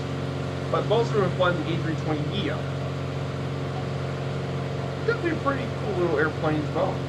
Full stop in Echo, yes, we have a full stop in Tromsø. We have a full stop. After all, we need to wait till the sunlight comes back. We need to wait till the sun makes a return.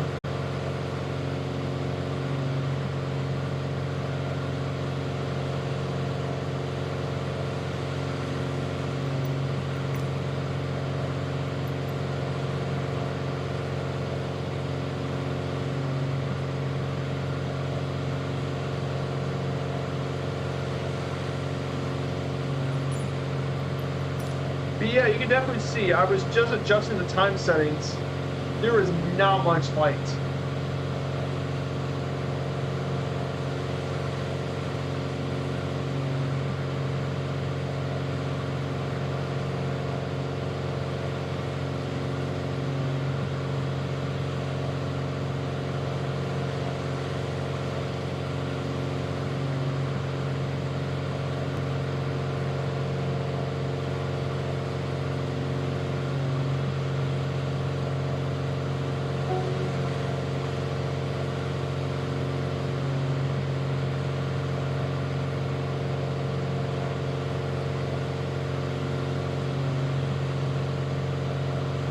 So let's go ahead and go over the slideshow for our city. We're going to go talk about Tromsø today.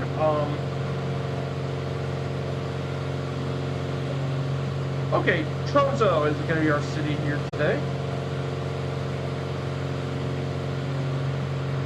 But the city of Tromsø is a pretty cool one, actually. Tromsø is located here at the Tromsø municipality. It's the administrative center of the municipality as well.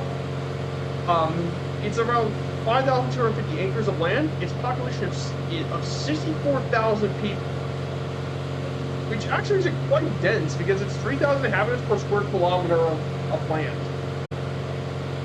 And the city's center is actually 3,000, more than half of one in the city's center of 38,000 people. And believe it or not, it's the northernmost city where the population exceeds 20,000 people in the world.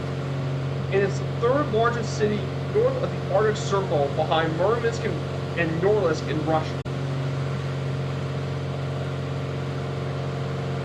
This area is very well known for its fishing industry, thanks to its access north. It's also surprisingly warm, despite being this far north. Tromsø is actually quite warm compared to other places around the area due to the Gulf Stream.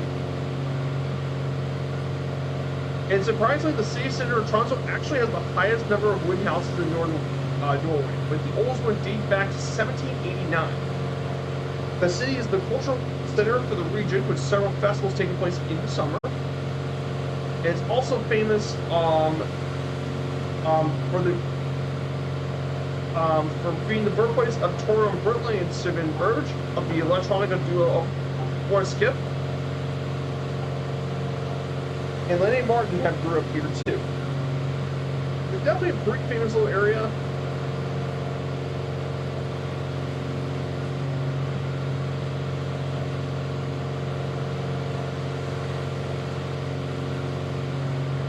It's definitely a cool little area as well here in Norway.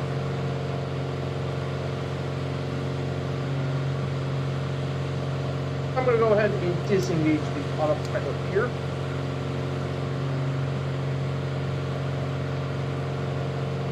start descending a little bit. I'm going to go ahead and start descending back. There's the city center.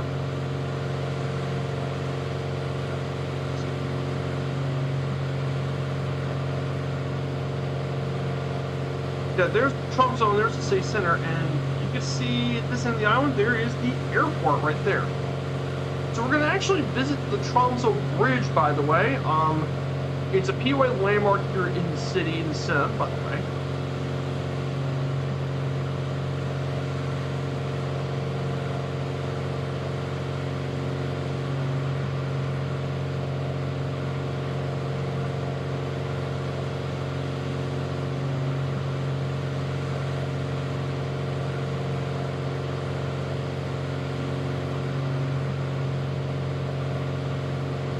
So let's visit Tromsø Airport.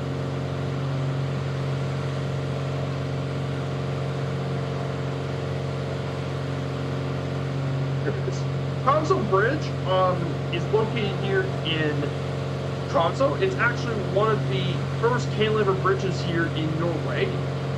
When it was opened back in 1960, it was the longest bridge in Northern Europe with a length of around 3,400 feet, and it costed 14.5 million Norwegian krone, and it replaced an inefficient ferry connection between the two sides of the strait.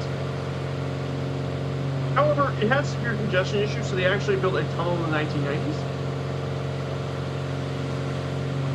And this was also the first cantilever bridge that was built here in Norway, and many more bridges of this type were built in the country since then.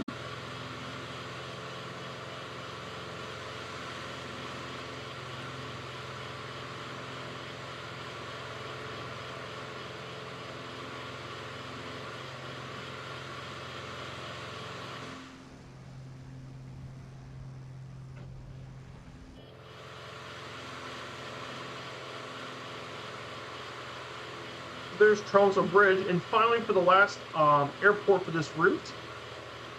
This is Tromsø Airport. This is the main airport here we're visiting today. It is Norway's 5th busiest airport with 1.9 million passengers in 2014. Opened in 1964, replacing the water aerodrome and Skatora. It became and still is the main hub for Widerøe's regional flights to Finnmark. Main haul flights carried between Scandinavian Airlines and others. And they have flights all across, not just Scandinavian Airlines, but also and Widerøe, but other airlines fly here. Wizz Air flies out of Gdansk, Lufthansa flies there out of Frankfurt, and starting in December, a seasonal trip from Air France, from Paris. So we actually have quite a few regional flights coming on here too.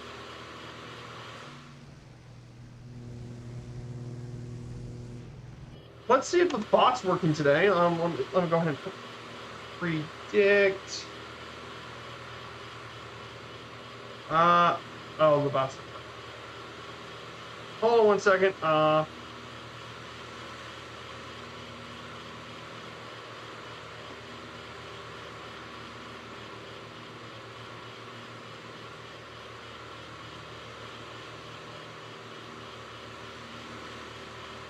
So this here is the city of Tromsø.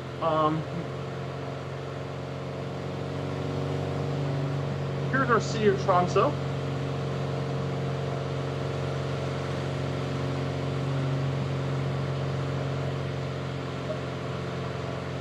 Tromsø.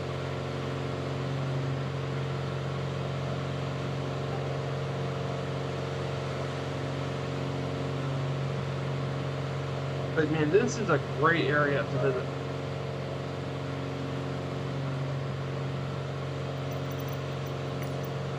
Let's see what Tromsø looks like outside of December. See, this is what Tromsø looks like in November.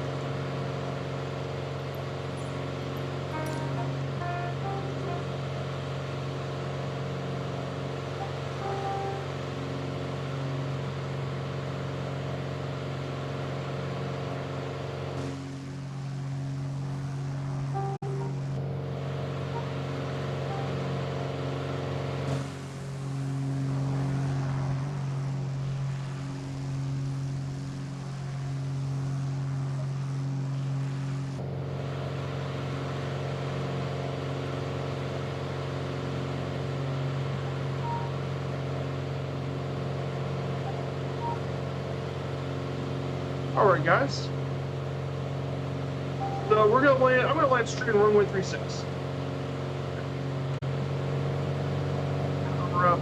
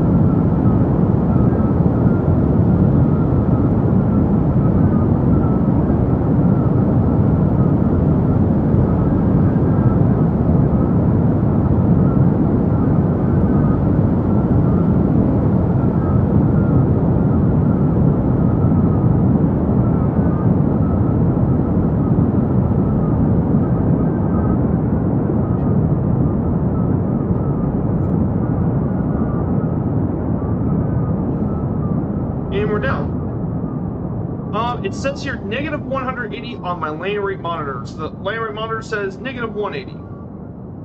Really nice landing. Have to find somewhere to park. Oh, and lower the flaps. Raise the flaps. So, and we did it. We made our way to Tromsø today. We did it. We made it our first stop for today's trip. Welcome to Tromsø, Norway. Norway, everyone. So yeah, guys, welcome to Tromsø. This completes leg 7 of our trip in Norway today.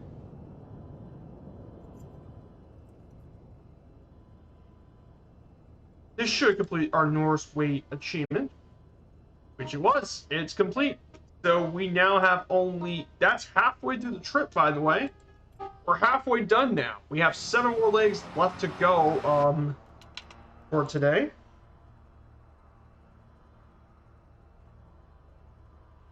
So I'm going to go ahead and put this back to cold and dark for as of right now. So we're going to go ahead and put this back into cold and dark. And yeah, welcome to Tromsø in beautiful Norway today for leg 7. While you guys wait along here, we're going to take a 5-minute break. So any of you guys want to join in and fly along, we can. We're going to take a short break. I'll be back soon. I gotta go to the restroom. So yeah, hope you guys enjoyed as well. And what? Oh, Dryson, you ran with the channel of 9 viewers. Dryson, welcome. Hello, Dryson. Hello, Sparky Pilot 86. Great to see you. Agent Presta, great to see you. We're just taking a short break here. So we got all loaded in. Great to see you guys here. Sparky Pilot, great to see you. 026 Mystic for the follow. And Wigglyfin, great to see you. Hey, Dryson, great to have you here. Oh my goodness, guys. And Sparky Pilot 86 for the follow. Guys, thank you so much. Guys, this is Viper Strike 95 flight simulation today. We're doing the beautiful Norway tour. Leg 7 has already been completed. We're waiting to do leg 8. For our journey here. So yeah, Dryson, viewers of Dryson, I hope you had a great stream over on his channel. Dryson, what aren't you able to do today? I didn't know what you were going to be doing today, so I hope you had enjoyed an amazing stream. And thank you guys so much. Let me get a shout out for Dryson, a really good friend of mine in the community as well. And thank him so much for the raid. And there's one more shout out to Sparky Pilot, by the way. She also streams here too, and she managed to complete her training a couple days ago. But she's an awesome female pilot, so definitely check out Sparky Pilot's channel as well. She's awesome. You did some VFR flying in Alaska. Oh, and you set up top of Camp Middle of Nowhere. But no, Alaska is an amazing place to visit for bush pilots. Oh, you're gonna be work a while I get ready to fly in real life. Oh, that's gonna be awesome. I've dreamed of flying in real life, Sparky Pilot, and no worries on the shout out, Sparky. You're more than earned a shout out from me. It's awesome to have real life pilots here too with their real life experience. Oh, and wait. Oh, you've been flying. Oh, you streamed too, Agent Presta? I did not know that. So yeah, but thank you so much for coming, guys. So we're gonna go ahead and take a short break. I'll be back in just 1 second. I gotta go to the bathroom for a second.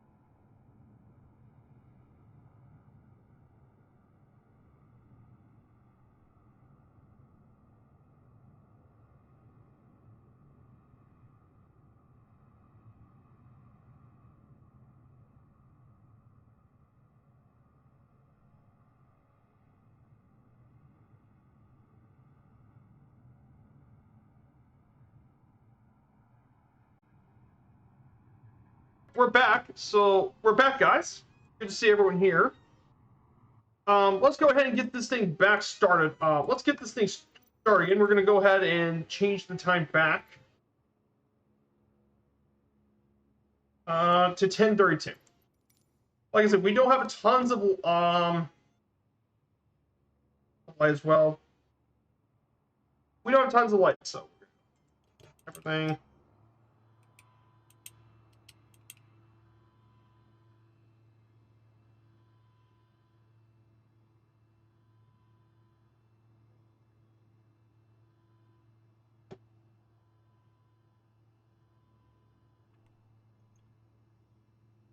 Right.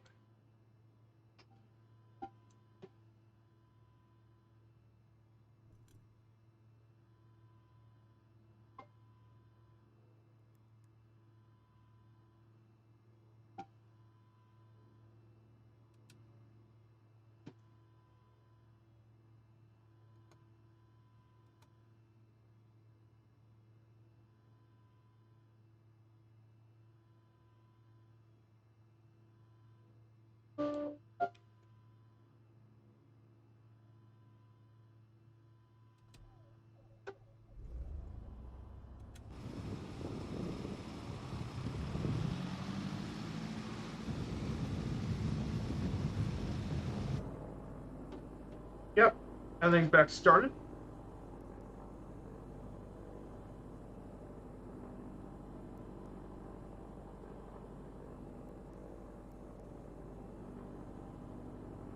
So yeah, so I've already got the flight plan set up, so we're gonna go ahead and take back off. For guys who are here for the first time from Drive-In Streams, I do tons of research on all my content and stuff. I've been doing it for every single stream since I first streamed all the way back in 2021. I'm also the resident researcher of the Two-Tone Murphy community. I do tons of research, so if you see all of these notes on screen, I spend a lot of time on these notes because I want to make sure you guys enjoy learning about the world and learn about how they are the way they are. And that way you fly something and you learn something as you fly as well. Exactly, there's so much to learn. It's my way to make up for the lack of knowledge. I don't have the most real-world pilot experience, so I'm not like Fabio or Forder. But I want to show you guys my view of how to learn from the world. And I guess this is my way of saying that I do something about it.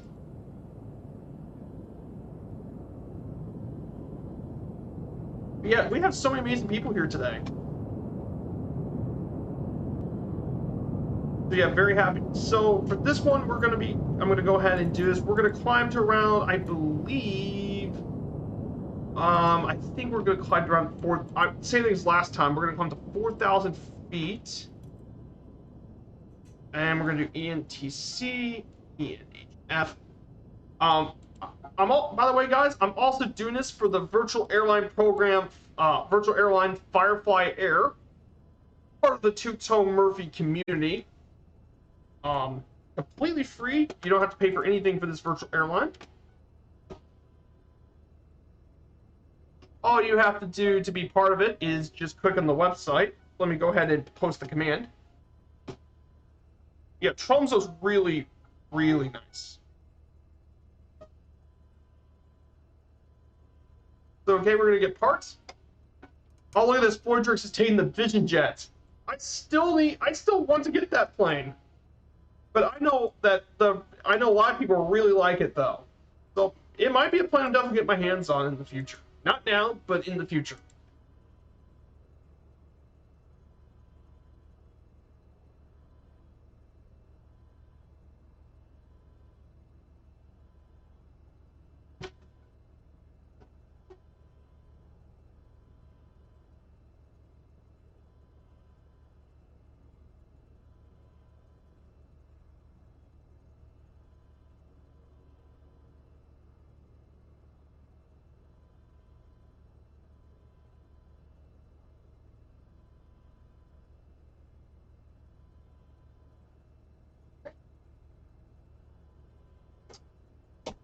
Sorry about that. I forgot to add something.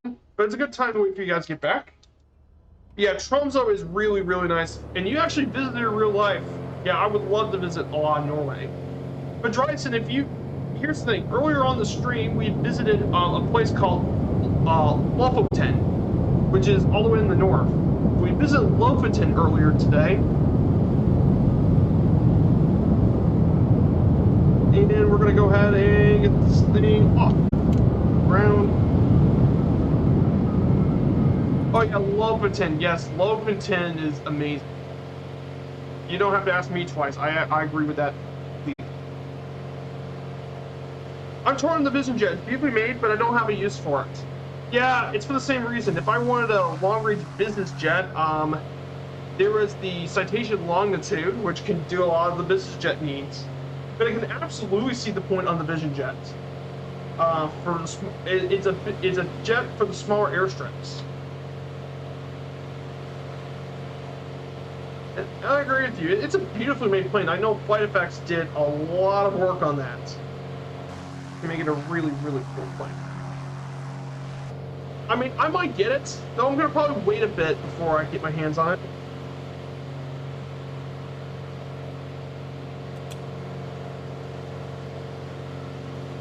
So, head, circle around, wait for everyone else to get a chance to get into the air. 46.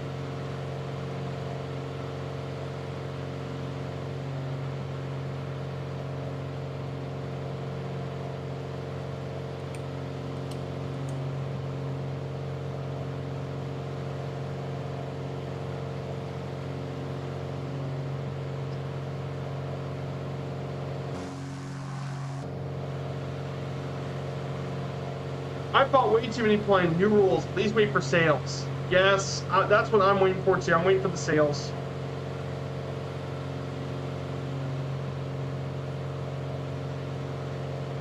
Yes, I'm waiting for the sales too.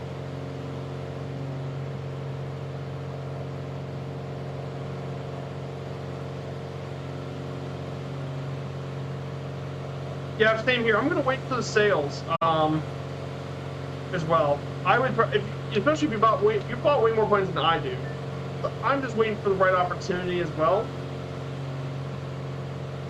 By the way, about this DC-3 book, if you guys haven't seen the book, this is what this journey in 2017 is going to be based off. Starting Christmas. It's based off this book, The Legendary DC-3 Around the World. The photography is done by Katsuhiko Tokunaga. And all the text is by Francisco Agulio. He's done all that. And it showed about how each of the flights went and about each of the journeys. And it talks about something about each of the legs as well, which is pretty cool. And of course, the thing I always like about it, tons of photography as well. Tons and tons of photography as well.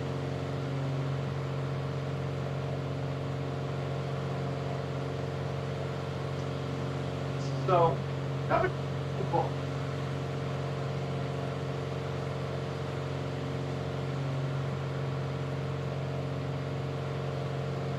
Yeah, you might have to check that out.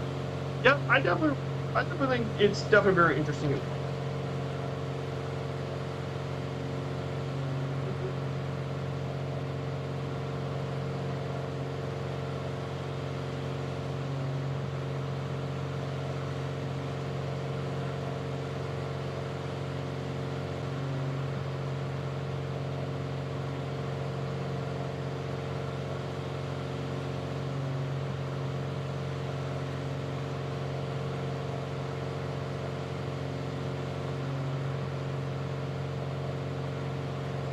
What did you say the name and offer is? The name and offer?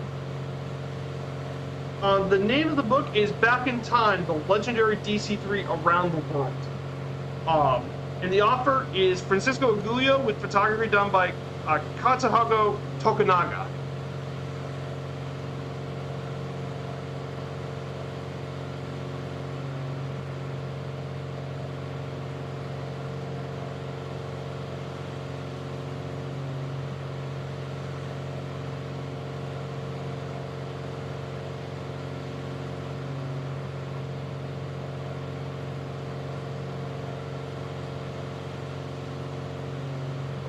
It's actually on my Discord, by the way. It's on my Discord, by the way, the book. The reason I got that book is because I'm actually following the Britling DC-3 around the world. That's gonna be that's an around the world trip that I've been wanting to do since Christmas. And for a couple weeks now, but I never got the chance to actually do it until that.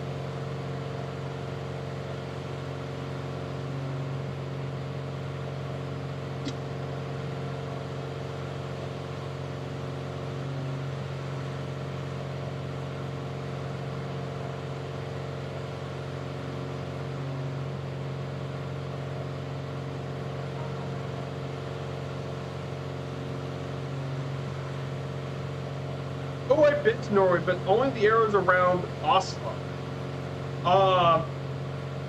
Sparky, wait till you get to the western parts, the western, more northern parts of Norway. That's the real beauty of Norway, in my opinion. I mean, especially with all the fjords and all that, that is the real beauty of Norway, Sparky. When you visit up to the north, it's the real beauty. To me, visiting those fjords is like, for me, what I've been through in real life, visiting Southeast Alaska.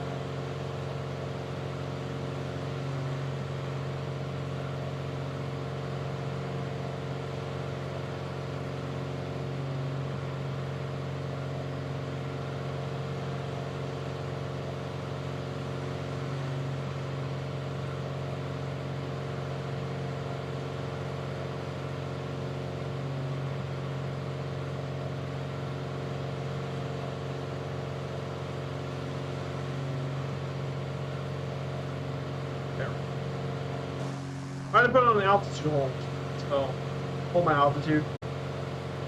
But yeah, I'm from south of Oslo. Says I have family on the west coast. Oh, that's cool, Wami. I didn't know you're from Norway, Wami. Wasn't expecting that. But yeah.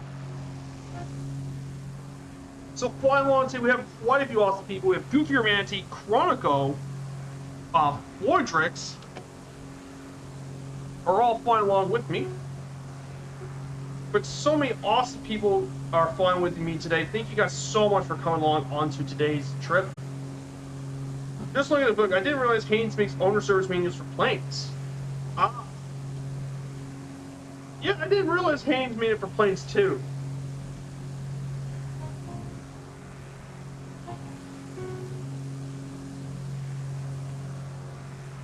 Yeah, Haynes service manuals, they make all sorts of of manuals and stuff for all sorts of planes. Yeah, I was looking at that too. They currently have manuals for the Lancaster, the F-16, E-310, the Convair Peacemaker, that abomination of a bomber. I mean, both propellers and jet engines on that thing. They have all sorts of manuals.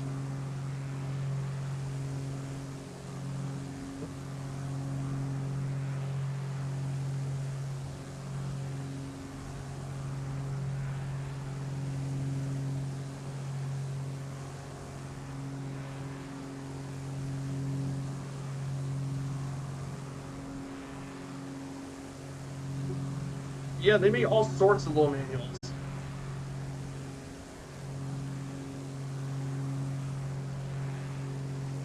Yeah, and look at the book you mentioned. Customers also bought this.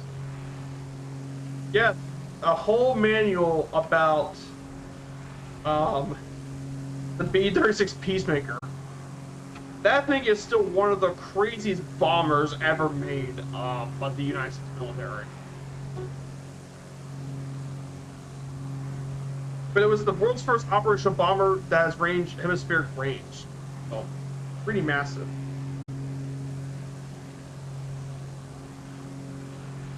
I mean, to put this in perspective, this Peacemaker,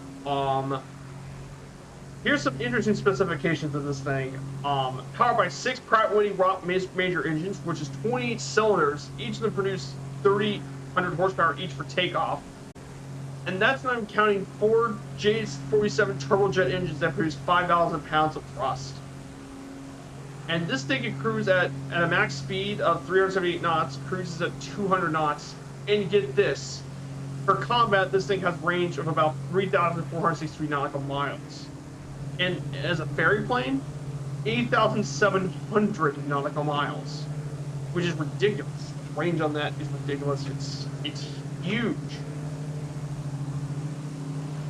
It's still the largest mass-produced piston-engine aircraft ever built, and it's the longest wingspan of any combat aircraft at 230 feet. So yeah, it's a huge bomber. It's enormous. It's still one of the craziest planes ever built, at least for military. But they did all sorts of experiments with this thing. But this plane was most famous, though, for a lot of aeronautical experiments. They've used it for nuclear energy propulsion experiments. They did experiments with a parasite aircraft, with the XF Goblin. Then they also did a Vicon project where they actually carried an RF-84K fighter in the bomb bay. And of course, they even use this as a reconnaissance plane, too. But the problem is, these things are greatly obsolete in favor of the B-47, Boeing B-47 Stratojet, and later the B-52 plane, Super Fortress. But definitely, it has been a pretty crazy plane, at least. So yeah, definitely something interesting. So I'm going to go ahead and go over my slideshow for today. Let's go to the second part of this slideshow. So I want to talk about the economy of Norway for a bit. So for guys who've been here on my streams, you'll learn about the place we fly. So basically, for this entire journey, we talked everything about Norway. Earlier on in my series, we talked about the history of Norway and the geography. Now I've been one in the politics of it, not like political issues, but mainly political systems. And today I want to talk about its economy. So Norway's economy is highly developed. It's a mixed economy between capitalism and social developments. And as a result, Norwegians enjoy the second highest GDP per capita in all of Europe behind Luxembourg and the 6th highest world per capita. It's also one of the top countries in the world in Human Development Index, and a very high standard of living compared to other European countries, along with a strong integrated welfare system. Norway's modern manufacturing is all reliant on a financial reserve, which is produced by Norway's rich natural resources, particularly oil. Yes, it turns out Norway has a very rich oil supply in the North Sea as well. But it wasn't just oil, though. Norway is also rich with other resources like hydropower, fish, forests, and minerals as well, making Norway a very wealthy country. And speaking about its oil industry, Norway exports nearly 40% of all oil and gas exports on the planet, and it contributes to almost 20% of the total GDP in Norway. It's the world's 5th largest oil exporter and 3rd largest gas exporter, though despite all this, it's not a member of OPEC. The government controls all its petroleum resources through a combination of state ownership in major operators of oil fields and a fully state-owned Petoro, which has gotten some of the most highest value markets. It's also got rich mineral resources, including calcium carbonate, known as limestone, building stone, nepheline, olivine, iron, titanium, and nickel. And those are worth $1.5 billion in manufacturing production in 2013. Because of its rich natural resources and all that, they had plenty of financial money for its other stuff. But it's not just that as well. Norway is also powered by hydroelectric plants, and they produce 99% of Norway's electric power is by hydroelectric, the most of any country in the world, which is really cool. And it's the 2nd largest exporter of fish, behind only China.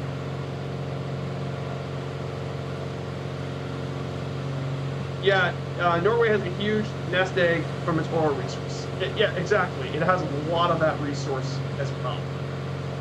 So it's very, very, very rich in that.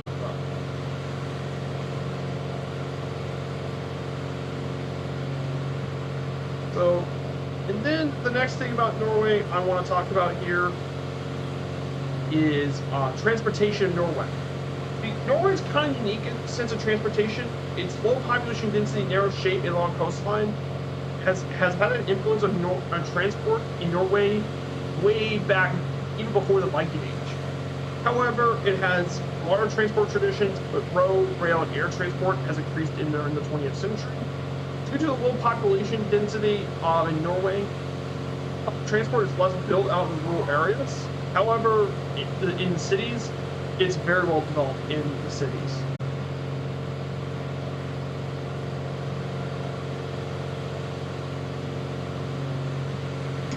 Now, the main governing body of a lot of the transportation here in Norway is governed by the Norwegian Ministry of Transportation and Communications, which performs operations through numerous subsidiaries, and the tasks related to public transport and roads have been delegated to the county municipalities. Most infrastructure here in Norway is publicly owned, while most operations are performed by private companies. So that's a bit about transportation. I guess you guys all know about civil aviation in Norway. It's actually become an important passenger transport mode since the 1960s, as aircraft is commonly used on longer distance flights, mainly between Oslo and Bergen, Trondheim, and Stavanger, are all among the largest routes and busiest routes in all of Europe. And long distances, air is by far the leading travel method between longer ranges. Also, the Bodo and regional airlines gained a lot of popularity because of difficult terrain, fjords, and lack of rail. Some of the most important airlines based here in Norway include the flag carrier of the Scandinavian countries, Scandinavian Airlines, the Norwegian Air Shuttle, Norway's largest airline and low cost, and Norway's largest regional airline, Widerøe. In addition to this, of the 90 airports here in Norway, 51 are public, and 46 of them are operated by the state-owned Avinor, which operates most of the civil airports in Norway. The main gateway to Norway is going through Gardermoen Airport in Oslo, about 31 miles north of Oslo, with departures to most European countries and intercontinental nations. There's also lots of heliports and hospitals and oil platforms as well. And of course, regional airline services are very important as well. introduced in the 1960s, with 30 such airports in Norway designed by Stoltenberg, short takeoff and landing. Most of them are included in northern Norway and western Norway. And these airports typically have a runway around 2,600 feet, so it's big enough runway to operate planes like the de Havilland -8, -7, and other similar planes. So yeah, pretty cool stuff about civil aviation. Got a bit of a tradition here. Then we have the rail transportation. The Norway's railway network consists of 4,114 kilometers, or 2,556 miles of gauge lines.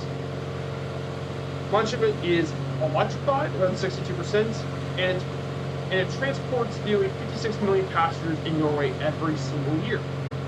The main long-haul network of trains consists of lines from Oslo and westwards along the south coast of Stavanger, Bergen.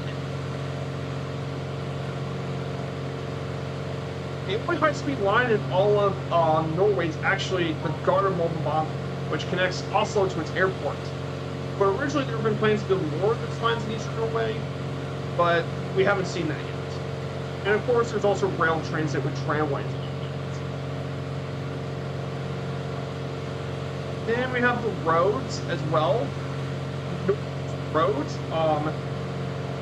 It has a road network of 92,000 kilometers, or 57,000 miles of roads. Most have been paved. Around 44,000 miles of those have been paved, and 413 miles of it is actually are motorways. There are 4 tiers of road routes, which is national, county, municipal, and private routes. The national and primary county roads numbered on routes. Now, the reason why roads haven't been as much like, say, the United States, it's geography. I mean, and as a result, due to the geographic conditions in Norway, it's very likely that you have to have car ferries to cross all the fjords and connect to the islands. So they often have to build quite a few tunnels to connect these islands and islands. And finally, here's one last interesting fact about road transport. Norway has the largest stock of plug-in vehicles per capita in the world, with Oslo recognized as the EV capital. In fact, in March 2014, Norway became the first country where 1 in every 100 passenger cars is a plug-in electric cars. And they have some of the cleanest electric cars in the world, too. There's also bus transport and passenger boat service. And finally, the last one we're going to talk about is water transport. The coastal infrastructure for water transport is operated by the Norwegian Coastal Administration, with ports operated by the municipalities, which makes sense because Norway has 90,000 kilometers of shoreline, along with 400,000 leisure craft and 715 ships in the merchant marine, which is a fleet of merchant vessels. In 2017, Norway was the 5th largest beneficial ship-owning country, with 5% of the world's fleet have been operated by Norway. But of course, one of the most unsung heroes of all the water transport are the car ferries, where they transport cars and automobiles over to the fjords of Norway. And passenger ferries are often quicker to follow the waterways than even the roads. So sometimes it was faster to travel the cars through water than on the road. And finally, there's often pipelines to transport processing plants onto mainland Norway from all the islands of the Norwegian Sea. So yeah, that is about the transportation here in Norway. So that's about transportation stuff. Well, let's check. Oh my goodness, guys. Yeah, this is the farthest north we're going to be going on this journey. So from here on out, we'll be heading to more of the beautiful sunlight.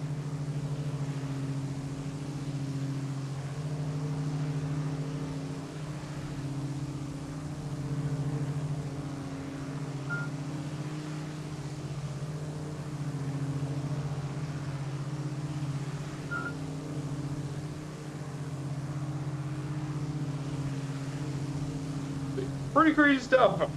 Yeah, Norway is definitely very interesting.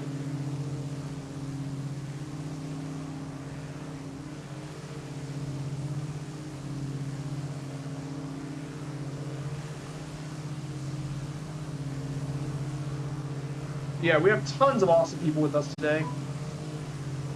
We have Goofier, we have Fortrix, we have Chronico. Leader roads operations and regional short rails is important to the function of northern half of Norway. Exactly, Wombi. Like I said, there's not tons of space for runway strips in the northern part. There's so many fjords, mountains. So having those short airports with these regional planes is so important. Absolutely.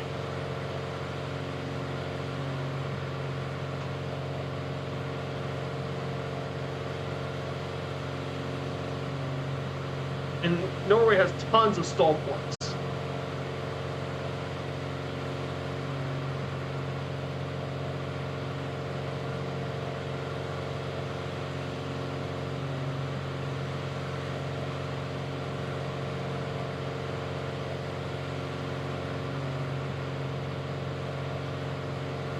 But there's other stall ports besides just Norway having it. Most people know stall ports are built like a lot of Norway. But there are tons of other stall ports around this area. Toronto City's another famous stall port. Billy Bishop Toronto City, that's in the sim. It was built as a stall port. And believe it or not, it's actually Canada's 9th busiest airport. And it's only getting busier when Porter Airlines had flights there.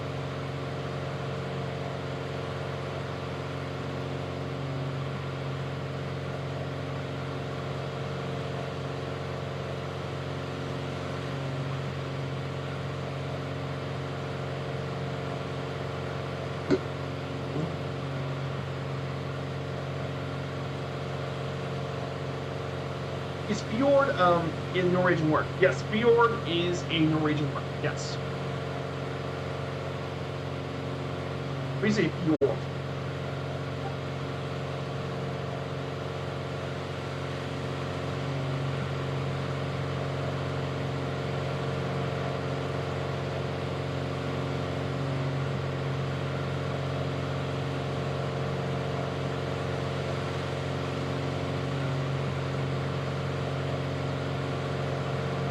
It is one of the beautiful Norwegian words that have become international. Correct.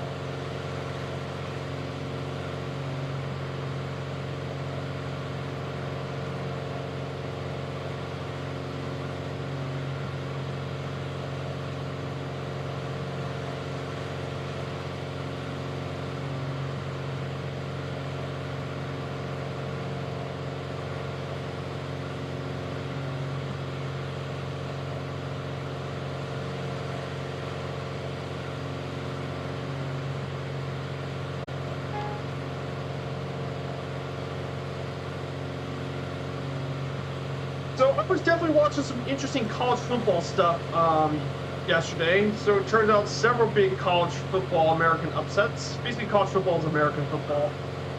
But there were definitely some really fun games last night. See both USC and TCU lose.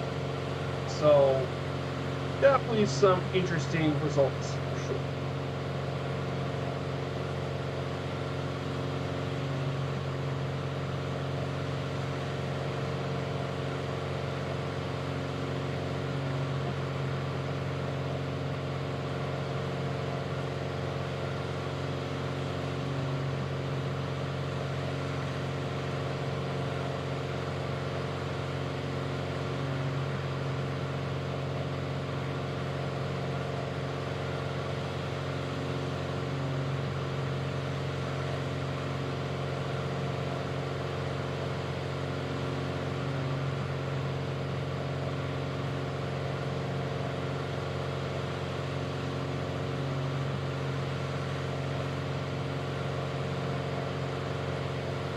That was the word of the name of my stream yesterday. I didn't know what it was. We had to look that up. Oop, our weather's turned and Sparky's grounded. Oh, that sucks, Sparky. I wish I was in the plane, then I wish I was in the ground. At least you can play virtually, though. Yeah, exactly. If the weather's not... But hey, this is gorgeous. It is very much Sparky. This area... the western part of Norway, the western and northern parts of Norway, Sparky, are absolutely awesome. But do keep in mind, if you want the best time to fly virtually, don't set it in the winter time. Especially because the farther north you get in wintertime, it goes into darkness. Because way back in my earlier slides of Norway's time, Norway is kind of one of the more unique countries about time. Because the further north you go into Norway, the less time of daylight. For example, in Oslo, when you go to Oslo, for example, you have some daylight. However, in the wintertime, for example, we're going to Tromsø, we end up having polar night in December, where in November, you only have around 4 hours of sunrise and sunset. So basically, the further up, the less time you have to fly. That's why IFR flight is usually more important. Also, the weather too, northern Norway is much, much windier.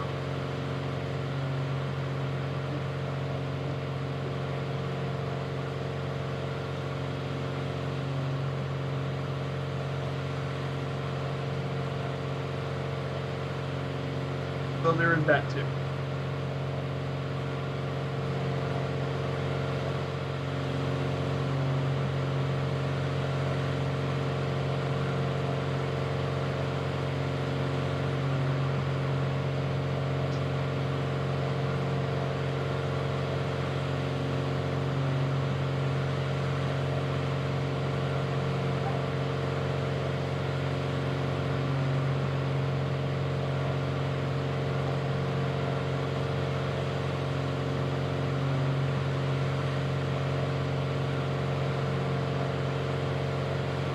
Yep, some pretty awesome stuff as well. The midnight sun is awesome though in the summer.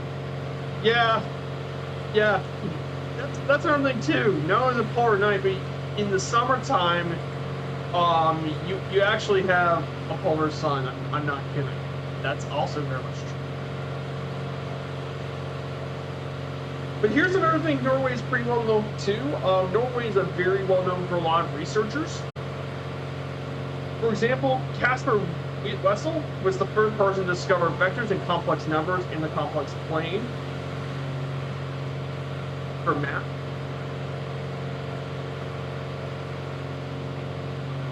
Also, Norway's been home to one of the most significant mathematicians in the 20th century. There's tons of other scientists as well. There is Paul Spilling.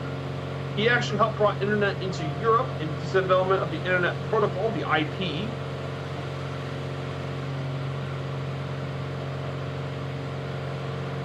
There's also other ones like mineralogist Richard Goldschmidt, the founder of modern geochemistry. Wilhelm Bergjunis and Ragnar Fjordhoff play a role in weather predictions. And Harcom Wien Lee developed one of the three pillars of the modern World Wide Web. And of course, there's lots of criminology, social stuff, sciences, and more during the 20th century as well. As of now, Norway has produced 13 Nobel laureates and 20th in the world in the Global Innovation Index. So Norway definitely has a lot of pretty important scientists and other people as well. And finally, tourism. There's tons of tourist attractions all across Norway, like golf and stuff, but tourism, Norway ranks 22nd in the world on the World Economic Forum's Travel and Tourism Competitiveness Department, and contributes to around 4.2% of the GDP in 2018. Every 700 people has in the country worked in the tourism industry. Though it is quite seasonal, with more than half of the tourists visiting between the months of May and August. So the main attractions here in Norway are the very landscapes, because you know Norway is a naturally beautiful country. It's fjords, mountains, ski resorts, lakes, and woods. Many tourist destinations in Norway include Oslo, Ålesund, Bergen, Stavanger, Trondheim, and Tromsø. Also, because of its low population density, much of Norway's nature remains unspoiled, and thus lots of hikers and skiers love visiting the mountains. And of course, there's lots of ski jumps and cultural stuff, including earlier on the trip we visit the Briggen, which is an absolutely awesome group of buildings which have a long history. In fact, Norway is very similar. Its weather in Norway is very similar to that of Alaska, but the weather is actually just a bit milder than Alaska. And according to the website, the most visited tourist attraction, the #1 most visited tourist attraction, is actually the Florbotn inversion, 1.131 million visitors in 2007, which is a railway that connects all the way up to the mountain of Fløyen, one of the city mountains of Bergen. Followed by the ski museum in Oslo, and then the Briggen, Kristiansand Zoo and Amusement Park, and finally Tusenfryd Amusement Park. So these are some of the more popular tourist attractions in all of Norway. Pretty cool stuff. Okay, let's get back to the chat. A bit ago, the wind was 11, gusting 22. 11 knots, gusting 22. The personal wind is 10G 15. Anything more, and I don't fly to be safe. Hey, no worries, Sparky. Better to be safe than sorry. Always, safety first is the most important thing when flying, is safety. Bobby said that ATC at one of the Northern Airports mentioned the recent documentary, The Windrose -8 are allowed to move on the ground more than 58 knots of wind. His record was having a Twin Otter in 73 knots of wind! Yeah, the winds in Norway can actually be quite intense. And, of course, the Sky Command is here. Yo, Sky Command, what? In the house. Guys, he may not be for the young viewers, but I'm going to give him a shout out. Check out Sky Command, very hilarious, high energy, and just a fun dude to be around. Great to see you, Sky Command. We're up in Norway. We're actually heading up to Hammerfest. And we got quite a convoy of people flying with us. Fortress, Goofier Manatee, and Chronico. Hey, no worries. I recognize what it was. Gust. No, I know exactly what you meant. The gust. Because gusts are like blowing wind at 15. The wind can steady have 11 knots, but then sometimes a gust has a 15-mile gust. I understand that. Look at you, all you go. Yeah, we have a lot of awesome people with us. Also, since we're pretty far north, Sky Command, we don't have very much light. We barely have just enough light to make it down into Hammerfest, Norway. And I mean just barely.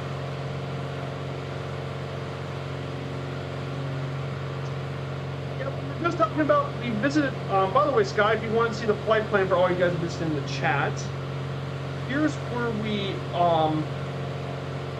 here's our flight plan that we had for today. Let me go ahead and, so earlier today, we took off here,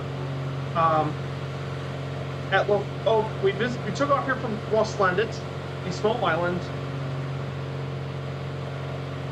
Then from then we went over to Lofton. We visited all the fjords and stuff from there. And then from there we traveled all the way straight through across the fjords and stuff, and we ended up in Tromsø. We visited the bridge, a POI landmark from Oslo, landing here at Tromsø Airport, and then we're gonna go take a straight line over to Hammerfest. So yeah, that is our flight plan. Let me tell you, Lofoten is absolutely stunning. It's been my favorite part of the scenery. I can definitely swear over 1 million people visited that area because it's just beautiful.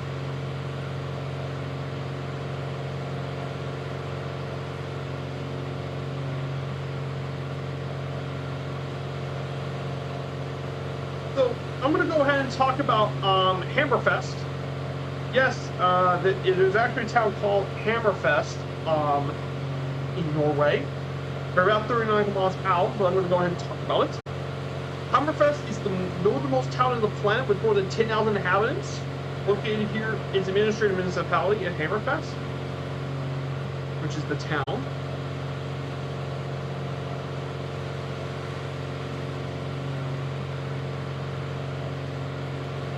This town has a population of around 8,000 people, but the municipality is actually older than that. Despite all of that, though, the harbor is actually ice-free. There's also a natural gas processing station from the Slavonic gas field. There's also the Hammerfest Church. And from May 15th to the July 31st, there is Midnight Sun.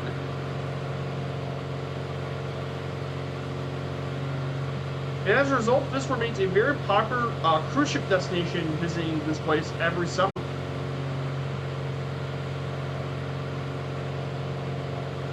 This place has some quite interesting history as well in terms of history. It's been around, it's been attacked by Napoleonic Wars. It's been involved in, it was actually destroyed much of it during World War II as well, and they had to rebuild all of it back as well. Also, here's another thing about Hammerfest a lot of people don't know. This town also is a well-known commercial and sport fishing area with tons of freshwater and sea fish, and believe it or not, there is scuba diving here as well. It's also a center of the Sami culture that inhabit this part of Norway. And of course, this town also has another issue. Reindeer issues. Yes, massive reindeer herds migrate here to the coast. So Hammerfest has to deal with reindeer during the summer months. For years, many of the 2,000 to 3,000 reindeer in the area have come into the town itself. And even though it was popular for tourists, the locals do not like it due to all the dung, traffic disturbance, and urine. So a large sum of money have to be spent every year just to clean up after the animals.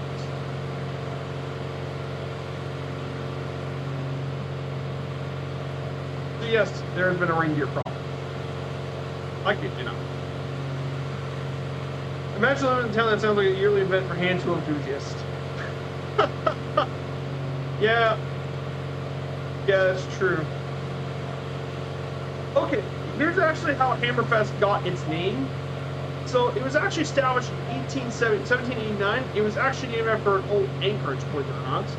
The first element is hammer, which hammer in Norwegian means a number of large rocks good for mooring boats, called a hamran.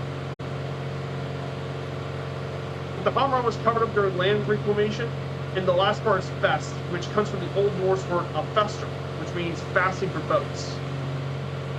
But basically it means rock fastening. So it means steep mountain high fastening for boats. It's not meant for hammers. So that is why it's actually named that.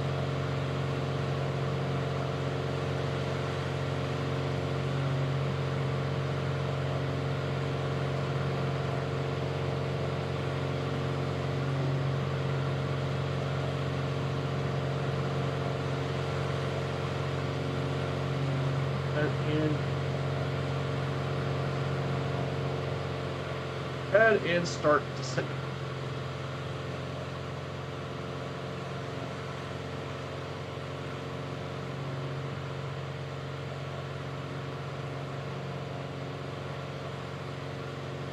I'm going to go ahead and start descending. We're getting pretty close to our final stop, and let's go ahead and talk about our airport for today. The third most busy airport in this region. It's actually the third busiest regional airport in the country. It has 2,890-foot runway. Service provided by Widerøe using the Dash 8-100 model. Hammerfest was originally served by seaplanes at a water aerodrome. And after service were interrupted in World War II, a new modern airport was opened in 1974. originally serving the DHC-6 twin otters. Eventually they introduced the Dash 7 and then the Dash 8 in 1995.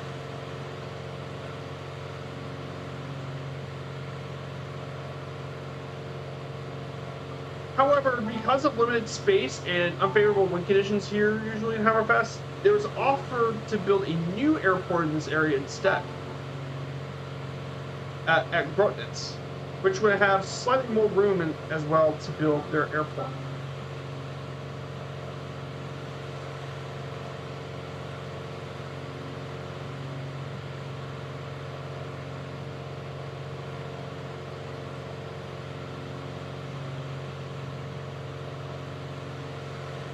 As well. The Winter Road does tons of flights around this area. Altava, Batsfjord, Hasvik, Hodesavag, Kirkenes, Meham, Tromsø, Vadsø, and Bergen.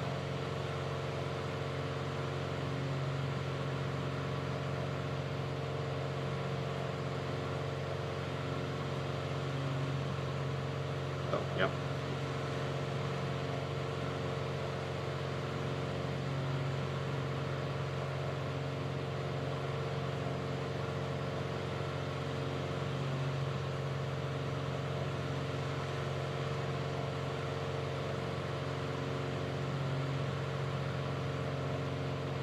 Yeah, thank you guys so much for coming with me on this Sunday. I'm just going to descend.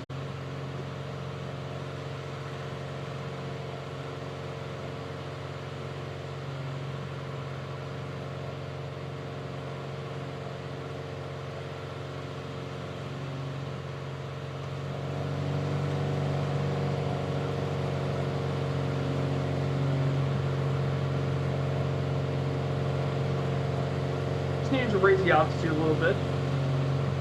Definitely a beautiful area. We just got just barely enough light.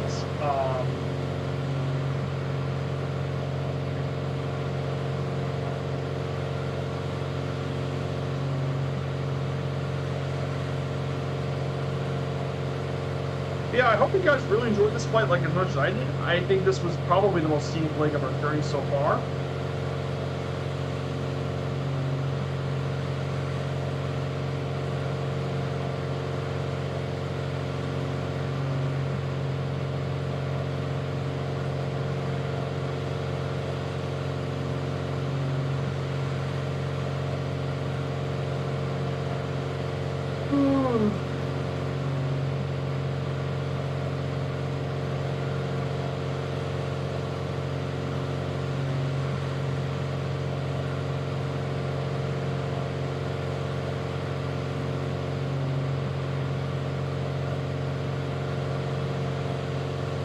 All the regional short airline fields were planned before we got foil. They were designed to use the same common cheap spec.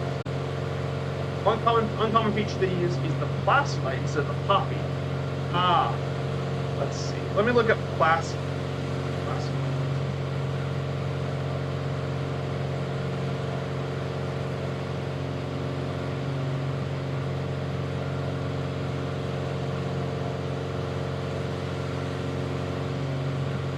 Oh, they're pulse light approach slopes.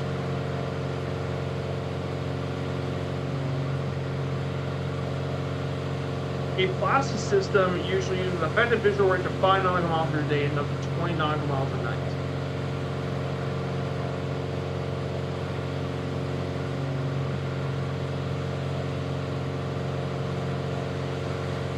Had a great time climbing this morning. Thanks for the stream. Hey, no worries, Chronico. It's great to actually have you on my stream today, Chronico. It's been a while since you've flown with me.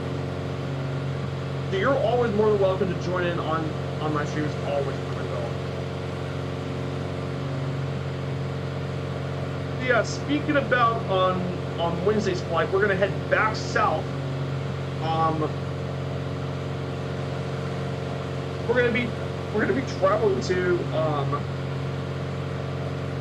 Bardufoss, and then from Bardufoss, from Hammerfest to Bardufoss, from Bardufoss all the way now back to Bodo. So it would be 286 nautical mile leg. We'll be taking something else for the trip.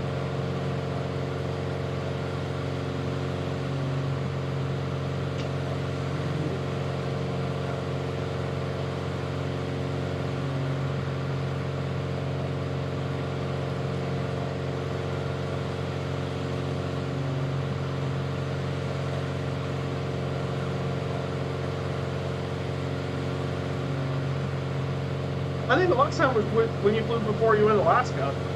It's been a long time. Predict, -95. Come on. Am I working today?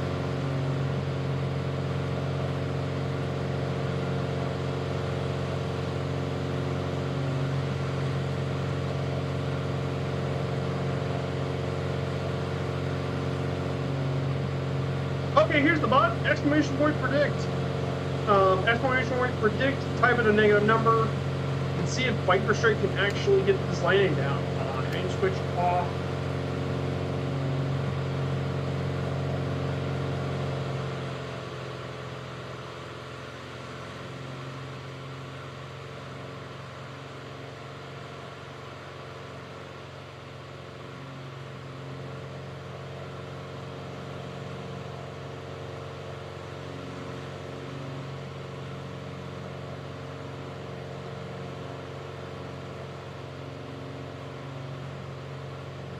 Oh, there's our airport.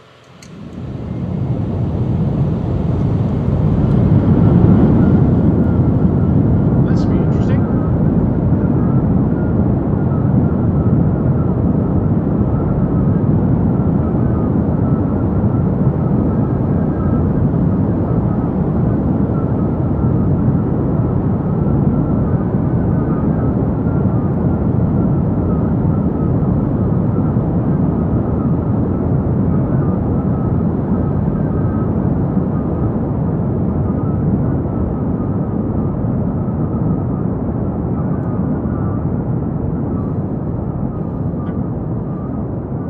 Landed at -241.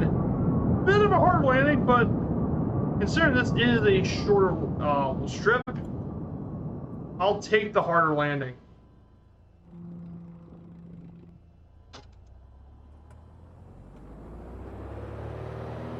And we're gonna land right.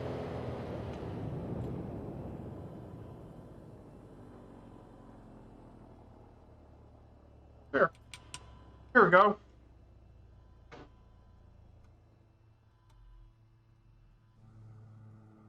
And that's it. We're made in Bono. We have Chronocope make it easy. Like this wouldn't be difficult in the Kodiak, and I don't think it's too bad in the Vision Jet at all either. Vision Jet can land. You'd be surprised how short a Vision Jet can. And here, and finally, Mongo would have a ridiculously easy time in the Kip box.